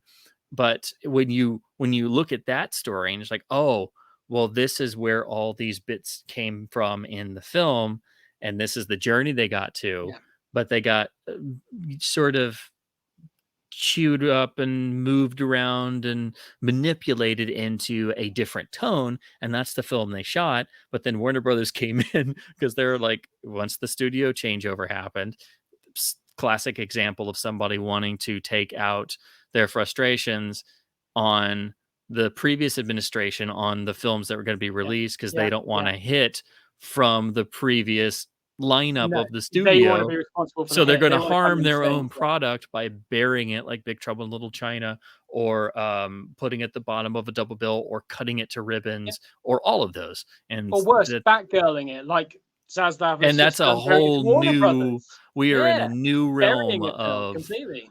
yeah, I mean, it used to be they would have to put films on the shelf for rights reasons, like Arsenic and Old Lace coming out 3 years after it was made, because the stage play became a legend on Broadway, and it kept going. But this, we're in uncharted territory. But if you look at things like, even when MGM went bust, you look at Cabin in the Woods and Red Dawn remake, they didn't come out until Thor came out, because Chris Hemsworth was that name at that point where it's like, oh, we can capitalize on this now, and people will actually go and see it, and we can't afford a loss, so we need a hit. So that's what they did. And you could see them burying stuff, or, do you know what, recutting it. I could see them taking a film they don't like and burying it, because I can see them. They sent Avengers to die. They went, do you know what, get it out, get it done. Doesn't matter. They lost their Move on. summer slot. They lost their summer title, and they just slotted it in there, and they dumped it. You know, and if we look at it, it's like, it's what the year before was Lethal Weapon 4, which was like a big hit for them. no, four was the same age. That was 98 too. Yeah, 98. So they had that, which was a big hit, but lesser of a hit, because it's still an R-rated film that, you know. And it had been so long since 3. Yeah, and they didn't build up. And Die Hard 3 had some of the same problem in 95, because it had been so long, and they also didn't give it a bigger marketing push. They still did well nonetheless, but they were allowing the franchises to sort of naturally die off. But they left Die Hard 3 alone. So Die Hard 3 was allowed to breathe and allowed to be its own thing, which I think McTiernan had, except for being based off of a spec script that almost was Lethal Simon Weapon 4. Says. Yeah, I mean, but it's still, I still rate that. I still love that film. Oh yeah. Like I think it's, in some cases, one is probably the best American action film ever made. It's still flawless, but there are times where I like Vengeance more than one. I think the pacing's really good, and I think the script is better. I think the script is really sort of nailed in. I think D'Souza has his I'm moments, good but with it until the ending, because part of me really the ending's loves different, the. obviously. I love the low key, ultra dark, sardonic original ending with the With Simon the Says. Oh man, the that's just the spinning, McLean Says. brilliant. Oh man, it's so Yeah, dark and like a completely different movie, but I love the total black dark humor of yeah. it. But I, But I gotta it's admit, I gotta both. admit, if I'm honest, uh, if I'm talking about the Die Hard sequels, Die Hard 2 is my favorite, See, because I it's so, like how it's got nasty that it is. grittiness Yeah, of one, just like Lethal Weapon 2 is the only sequel that has the grittiness of one. McClane's still yeah, smoking, he gets bloodied and bruised, which he does in 3. But yeah. 3 is also transitioning into a different kind of movie. Even though It's Die more Hard 2 90s action repeats movie. the beats and the structure of Die Yeah, Hard 1, it is a bit self-aware, and it knows that it's yeah. doing that. And you have Rennie Harlan, going gonzo overboard, which adds a sort of gleeful charm, because we don't get that stuff anymore. And No, when it because blows Harlan something just up, dug it himself a does, grave. and it goes dark when it needs to, and it is Oh yeah, not afraid to go dark when they crash the plane. That's the big yeah, one. yeah. You show people Die Hard 2 for the first time today, you could not do that today. Miles O'Brien is dead. The Exactly. Paul Yeah. Yeah. Meany is dead, Exactly. and it's crazy. It's like it's one of those things that was cut in the UK for a long time. Die Hmm. Hard 2, where the only way to get the uncut version was to buy the laserdisc or the widescreen VHS, because the icicle in the eye is pretty brutal. And Yeah. the fact, Exactly. talking about lost media again, it's like we will never see the NC-17 version of that film. No, You know, there are it's some versions cliffhanger. of a work print floating around in Yeah, really they're awful not great. quality. Yeah. Same cliffhanger. I've got the cliffhanger. I've got a lot of work prints, but the cliffhanger one, you won't see that. Harlan dug himself his own grave with Cutthroat Island. He just went over the top, and even though he made arguably his best film in Long Kiss Goodnight, again going back to Shane Black, Yeah. after that point, he ended up doing direct to TV stuff. I mean, I said to Yeah. someone on Twitter the other day when they're talking about 12 rounds and the horrible tagline it has, is the fact that I can remember Empire Magazine at the time reviewing 12 rounds. There was a little tiny thing, not a big spread for like a big new release, saying, hey, can you remember when the director of this film once had the biggest budget action film ever, which was Die Hard 2? Die Hard 2's budget was insane because they Yeah. knew they had a hit, and they had to cut it down so much for an R rating because it was such a nasty, hyper violent, like But the money is on the insane. screen, It's I amazing mean, the effects that ILM did for that, the matte paintings and the yeah. just the sheer insanity of And that, it's like still all objective scene. analog, and it's a Yeah, beautifully mixed film. yeah, It's a different era, which yeah. adds to the immediacy. That's another reason why I kind of like 2 more than 3, because 3 is 95 and it's already a different sort of feeling. Yes, yeah. But there, oh gosh, I got to say, you hear all the stuff about Cutthroat Island, so I didn't watch it for years. Same. And then I finally I watched it because I got the laser disc, and it's Yeah. got the rather lovely looking cover art. Oh And yeah. I'm going in, and of course I'm really big on pirate films, so real pirate films. So I'm like, if you're And gonna great do it, sound you mixes got as to well. actually do it, because it's like, if I hear one more person talk about Pirates of the Caribbean and I have to literally strap them to a chair and reenact A Clockwork Orange and force them to watch Captain Blood and Yeah. realize Yeah. they've been lied to, and then show them the Seahawk, and they're like, Oh god, that's great. I didn't know this. And then you show them the Black Pirate, and Yeah. when Douglas Fairbanks does the sword down the sail, and it's real, and they're just like, yeah, I'm like, see. But yeah, I finally saw Cutthroat Island, and I'm like, this is perfectly fine. I It mean, is. tonally, it works pretty well. It's a little flat in places. I don't know if I necessarily would have cast Gina Davis in that part necessarily, When but directors she and stars does get married. fine. Well, yeah, of course, there's always going to be some degree with that, but she Yeah. does fine. Yeah, no, yeah. And it works. It's got a pretty darn great 5.1 mix for the time period. It's A lot of pretty nice damn great. LFE. Yeah, I mean, Yeah. much more impressive than any modern film I can think of. Yes. Um, 90s films are Production much values better. out the wazoo. Yeah. Real The ships. money's on the screen. Like you say, the money Yeah. is on the screen, and that's what works. But Yes. I think that Harlan worked better with Davis in Long Kiss Goodnight because it was more of his film. I don't think Harlan with his hyper violent, more modern sensibilities doesn't work in a period piece. And I think that Gene Davis. Unless he originated it and there was something, Yeah, because he yeah, was, if I remember correctly, he was kind of a hired gun because it had been yeah. developed Passed around. beforehand, and so he comes in. Yeah. So I mean that makes sense, and he tries to put his own spin on it here and there, and sometimes it works, sometimes it doesn't work. But yeah, I can agree with that. Yeah, and But that's Carlico were going bust anyway. yeah. Carolco, sorry, they were just like they were at the end tail of like Terminator 2 nearly bankrupted them anyway. It's just lucky that it made money because if they Yeah, didn't make money, they would they like, die. hey, Jim Cameron, yeah, just Stop spending money, could you please. maybe stop spending as much? That's No, insane. okay. They spent so much money on that Hmm. movie, and you look at. I was listening to a podcast this morning. It was like Jaws went from like a $3 million budget to a $9 million budget, which is insane. But the money is there, and it kind of works, and you understand why when you realize that Bruce the Jaws didn't. Bruce the And they shot it in Charge open didn't water work, and not in a which you tank, and never that ever do, and no one has ever done before or automatically, since. Yeah, yeah, it's stupid, but it's like you get where the money goes, and you get why these things work. But you think of Cameron wasn't Cameron now. Terminator 2 was a risk. I mean, yeah. the CGI, you didn't know if it'd work, and same with Jurassic Park. You know, Jurassic Park. Stan Winston made a lot of stuff, and then Phil Tippett made like Hmm.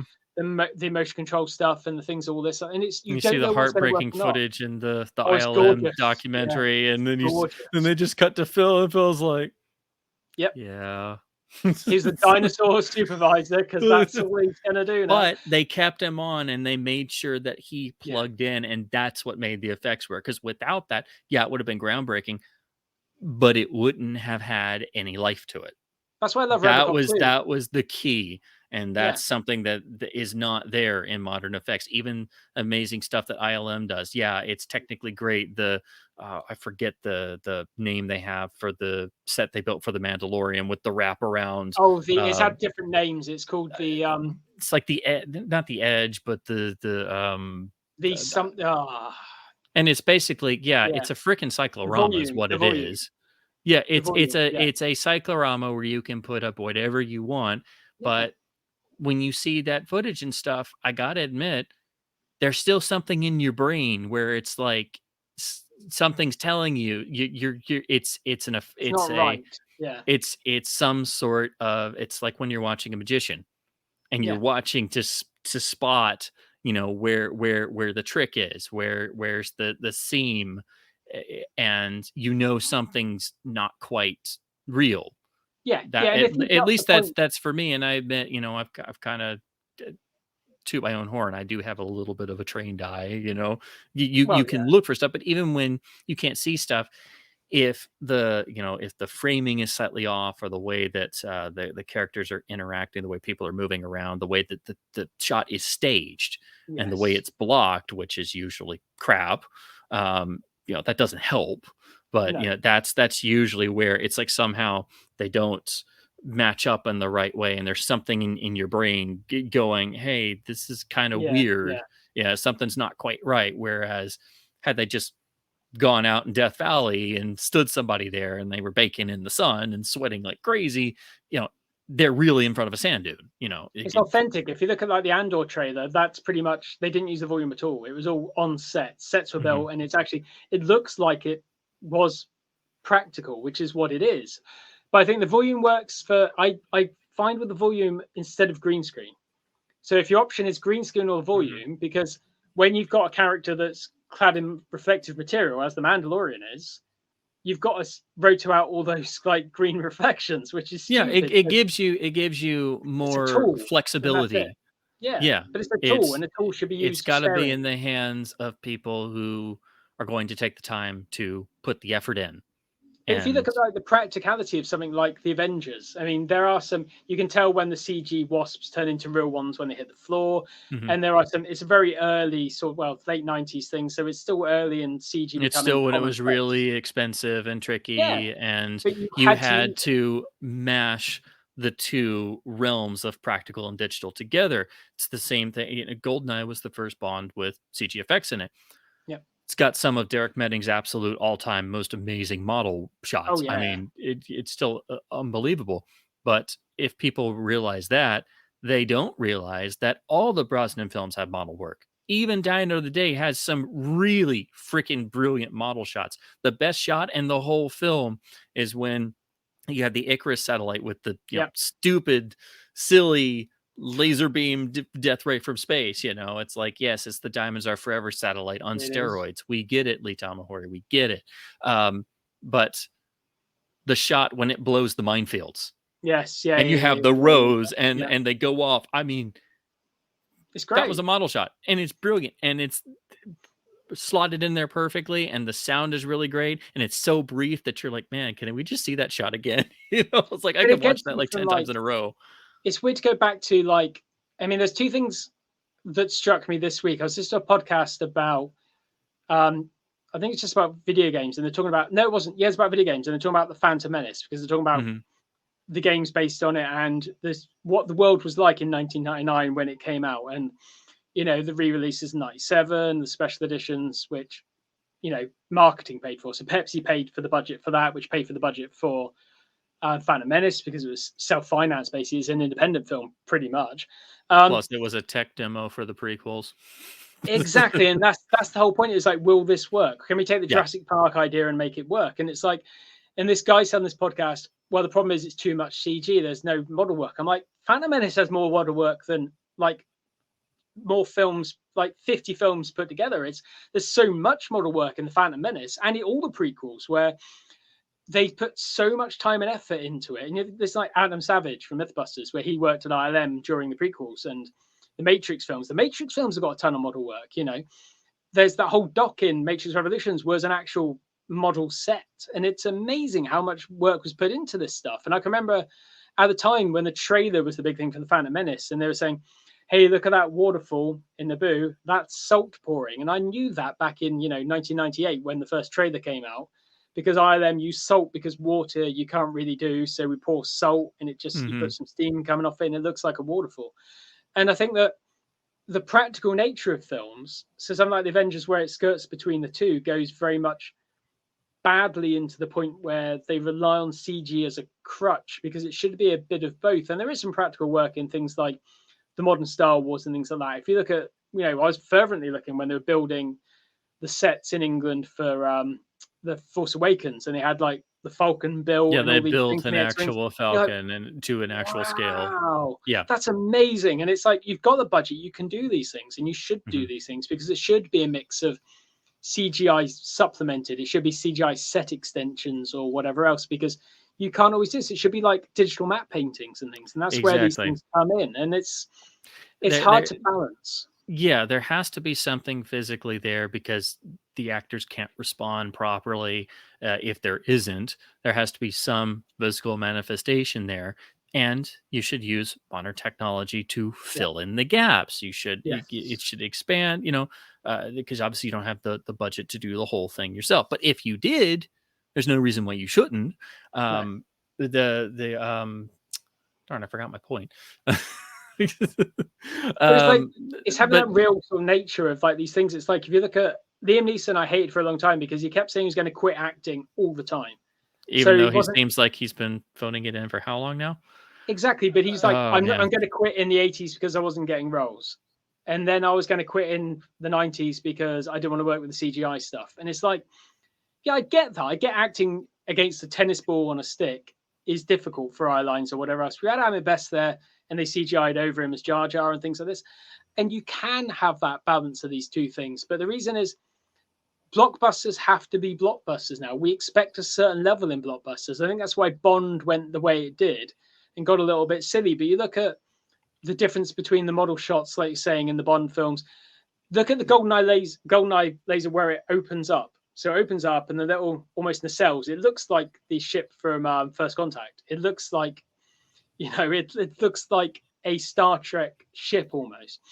And it comes out, and it sort of breaks away, and it moves out. Compare that to the satellite in Tomorrow Never Dies. That looks like the worst CG I've seen. It looks like a video game cutscene. And yeah. You know what I mean? It just orbits round, and it has that sort of.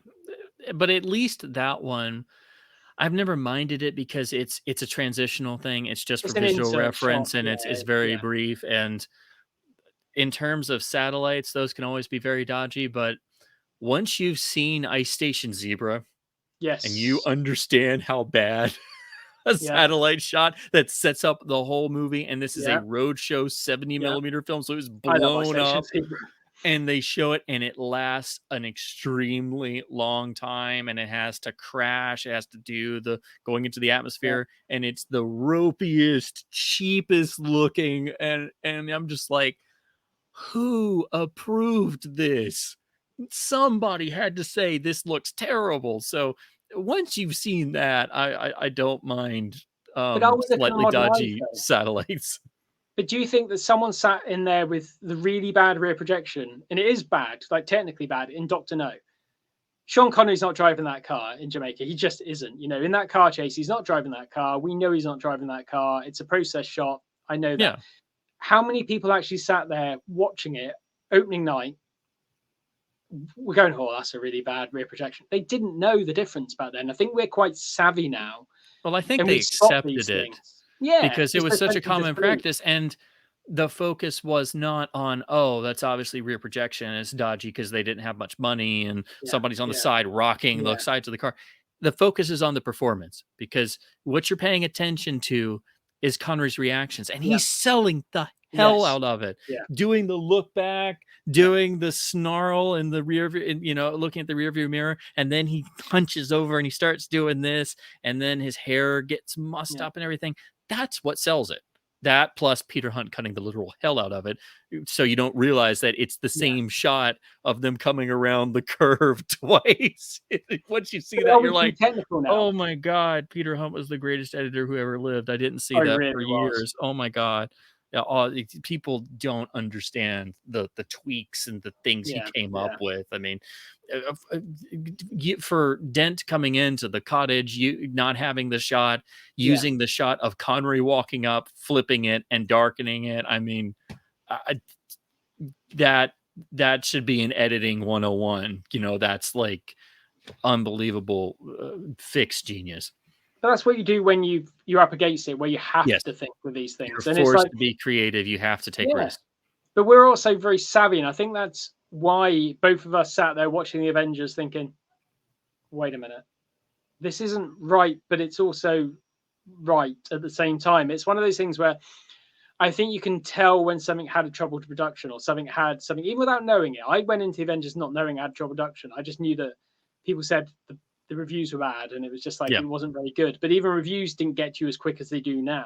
You know, well ahead of like something coming out, you whether had to it's read the bad or newspaper. good.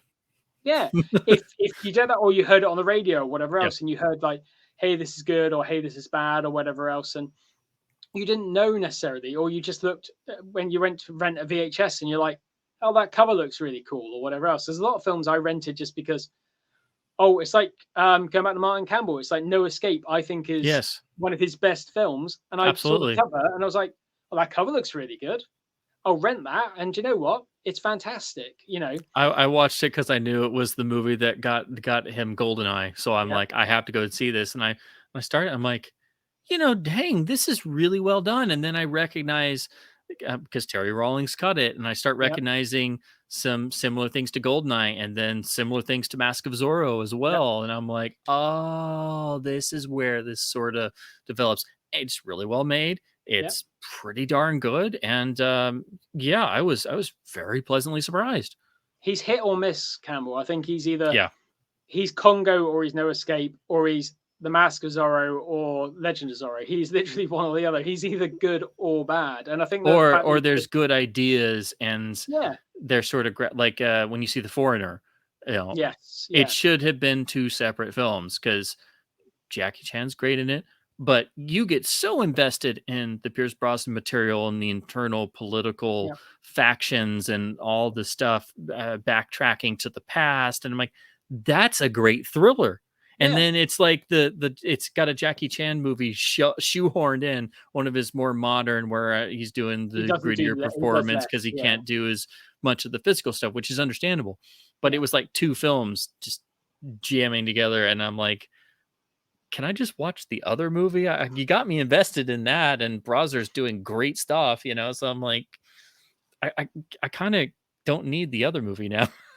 It's a shame because it's like Rennie Harlin. I mean, Rennie Harlin ended up doing I did a movie Mindhunters, which I actually really liked, the Christian Slater film with LL Cool J, Yeah, which I is saw that really once. Yeah, quite good. But he now does like direct to video stuff, and hmm he's pretty much lost. And it's and a that's what would have shame. happened to had this been the what used to be called the journeyman directors. They usually Yeah, wound up doing television. Well, yeah, nowadays they yeah. would wind up doing direct to video, direct to Redbox, whatever junk you've never heard Streaming or of. whatever else. And It's the new sort of final fate of people who don't become the giant names and it's like The try to Foreigner was still have a direct to career. Netflix. Yeah, Foreigner was Mhm. direct to Netflix in the UK. So it's literally like, this is where these people go now. And it's like, people want Martin Campbell to come back to reboot Bond again because it worked twice. And yeah, right, Casino Royale is a fantastic film. I think it's got some issues, but I think it's well directed. It's exceptionally well edited.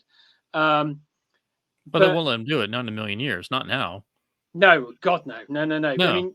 I mean, you could say, yeah, from the director of Goldeneye, from the director of Casino Royale, that would have some cachet, but I think you'd have to have someone like Stuart Baird come in and edit it to the point where, I think Stuart Baird as a director is actually really good as well. I love US Marshals more. I love Fugitive, and I really like Star Trek Nemesis for all its not very Star Trekiness. Yeah, I was about to say I didn't get on with Nemesis, but I didn't. I thought the problems were more script wise. Yes, I Not think that, that's part and of I it. rewatched U.S. Marshals because I found the late release LD, which has a stunning transfer on it. It's even better than Oh the yeah, first DVD. great Pretty sound good mix as sound well. mix too. Yeah, Yeah, the script it's maybe a little bit more like maybe a TV procedural, yeah, yeah, um, but it's well done. yeah. The sequences are well put together and mostly all practical stuff going on, and shot well, edited well. You can see what's going on. You can follow the story, which does not happen anymore. So Nope. it's like a relic from a lost era. So, but yeah, these were people who essentially paid their dues and trained for years Yeah. in the various departments and worked on things and actually knew how to put the nuts and bolts together. That's something that people don't have anymore. They don't have that background. They get plucked out of somewhere when they get some sort of hot Yeah. streak or notoriety. And a lot of times now they'll get slotted in as the next hired gun on a Marvel thing, and they're just slotted Yes, it in is the there. Marvel But thing. Yeah. they're not really getting much input. They're expected to put some of their energy into it, and then they could use it as PR and say, "Oh, this is different because we got so and so." But they're a cog in the wheel of the machinery. They're not, you know, Yeah. actually calling the shots in a way that actually dictates how the thing is going because they're made by committees. Whereas you would have to have somebody with the risk taking to say, "Hey, I'm going to get so and so," because when you dig into the history, it was not John Glenn his first choice for For Your Eyes Only. No. They approached Terrence Young. They approached Peter Hunt.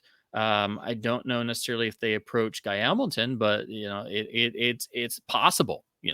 Yeah. um, and that would have been a definite risk taking move at that time because they were not seen as giant bankable names when that No. No. was No. No. No. because the industry had changed, and you couldn't have the journeyman type directors who did great work when the things worked, but they never got that big name recognition.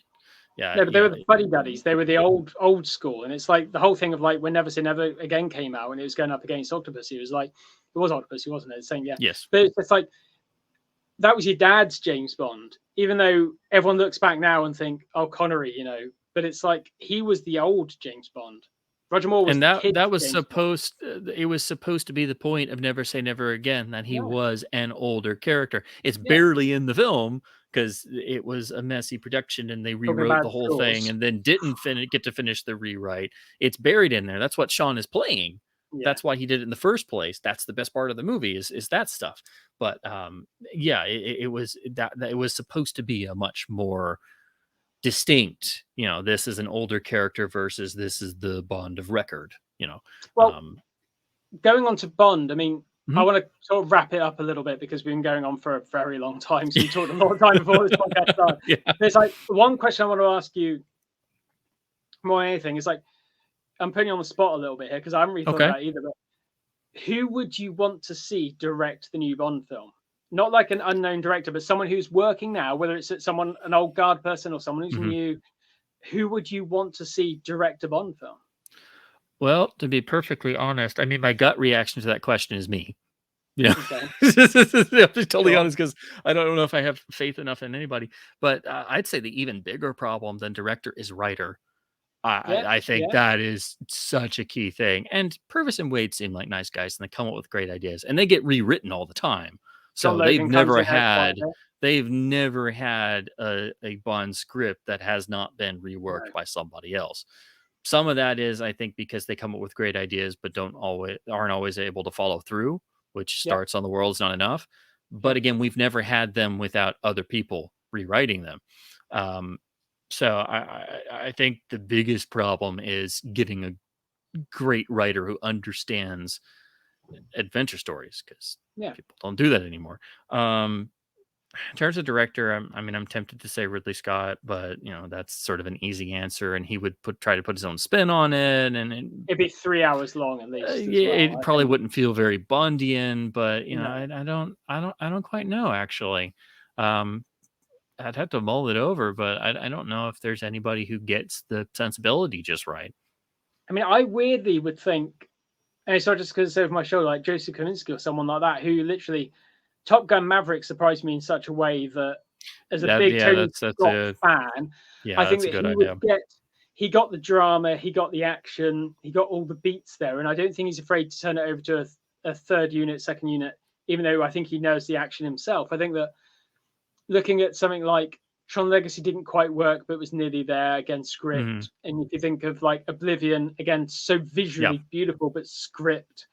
Hmm. And this was the perfect marriage of Only the Brave was all right. But it's like the script and the actual direction went peanut butter jelly. It's just literally like that worked. And I think again, like you say, with a script, I don't know who would write a modern Bond film Yeah. because I don't know what a modern Bond film is. I don't think Yeah. the Craig ones necessarily were. I think, I say, it went to the Bornean sort of Yeah, and they thing, didn't and I have a think that direction. no, That was the thing, and then the whole we want an overarching narrative and da da da. So essentially, what they did was now that they've sort of said, okay, that's all done and over with. It's like when you read a comic arc, yeah, and yeah, it's a yeah, one and done, and it's a yeah, sort of we're gonna pretend this is like an Elseworlds or a alternate universe yeah. that's its own particular timeline and thing. I'm like, so are they gonna do this every time now? Grant Morrison's Bond is over here, so that's the Daniel Craig Bond. That's Grant Morrison's Yeah, Bond that's over yeah. here. Now we're going to go to Chris Claremont's Bond that will be whoever else, and that's what we do. And I kind of get that, but also I don't think Eon or Amazon are that stupid that they want to do just 5 movies. I think that Craig should have made more movies. I think it should have been not quite one The every year time like they did period earlier. was absurd. Yes, it The was gap, and crazy. part of that was legal, and Yeah, they spend most MGM of went their bust. time Sony and red changed. tape and stuff. And Yeah. yeah, I mean, people don't understand how bad that's been and how crazy it gets. But yeah, it really killed their energy for sure. We were close to not getting Blofeld back ever because of like the whole suit there for years and the fact that Sony owned quite a bit of that Bond stuff through Never Say Never Again and the whole thing with that. And Once they got it from the McClory estate, but then they actually made the deal, and the only reason why was because MGM still had a tiny piece of Spider-Man. So, exactly. at least that finally happened and got ironed out. But had that not been the case, probably wouldn't happen. They probably been like, we still want to hold on to this little card of yours. And now we've got what? Warner Brothers, Universal, Amazon, MGM slash Amazon, Eon Productions. And it's obviously it's never going to go straight to streaming. It might be quite short windows to streaming because obviously Amazon want to make content. Like you say, Hmm. content is the thing now. Yeah. And I get that. I mean, like say my first episode, like watching Prey, I would have rather seen that in the cinema because I thought it was great. And I think that as content for Disney Plus as it was in the UK, yeah, it looked great on the OLED and Dolby Vision and Dolby Atmos. It was fantastic. However, I It would have was rather made for seen a it with the screen. screen. It was made for a Exactly. theater. It had scope and scale. And when Yeah. you don't allow it to get there, then Yeah. what was the point? Exactly. And I think that whoever's going to take this on, I think they want some. They're saying like the other week, it has to be someone in their 30s, which I always want Dan Stevens or Hugh Dancy. I think it'd be great as Bond, both of those two. But I don't really care who Bond is because I saw Layer Cake and obviously Tomb Raider. I think Yeah, I was about to the say, I first first Tomb Raider, spotted him in Tomb Raider, and I'm yeah, like, this guy has great charisma, although they're yeah, making him do this terrible voice. And it's not the actor necessarily; it's the approach yes. of the whole production. And the Of Bonds have told that. If you look at the fact that everyone hates Diamonds Are Forever apart from me, I think it's great, but oh, it's it's a black comedy masterpiece. It's a it's very uh, misunderstood. it Talk about is Jerry Weintraub again. He it's made that thing happen. poking fun at the formula by winking along with the Yeah, audience. It was designed for a 1970s audience by yeah. saying, hey, we know nobody went and saw the last one really, but hey, we got Sean to come back. Come on in. Let's have a fun time. That's Jerry what it Weintraub has is. given us Vegas because he owned all of Vegas and he allowed them to fill in. You know, it was that's why Jerry Weintraub did Ocean's 11 remake, because he could get those Vegas connections. He had those connections. Yeah. Um, and it's a weird film, but it's great. The whole Bambi and Thumper thing, it's stupid, but it's great. And you look at the Connery films going from Russia with Love, like the pure spy nastiness of From Russia with Love, to that film. It's still the same character. And I think you could have that. I think if you do whoever the new Bond is, and 30s is good, because if you do one every, let's say 2 years or 3 years, I'm fine with that sort of cadence rather than like every year like it was for Connery, or every 2 years or whatever else. They made them too close to each other, and I think that hurt it a little bit Well, because it didn't know where to go. it was a different distribution type. Yes, yeah, So the fact they that they had could to make do them one fit after that. the other, Yeah, it was amazing. The only one that was rushed was Golden Gun because UA yeah. wanted a Christmas release, and it shows they didn't get to finesse the two different scripts just right. I still love it. I still defend it to the death. I still think it's a masterpiece. Posters But on my wall, you know, yeah, it's yeah, great. exactly. But you can get that feeling. That's why it doesn't play well with No, everybody, and it makes perfect sense.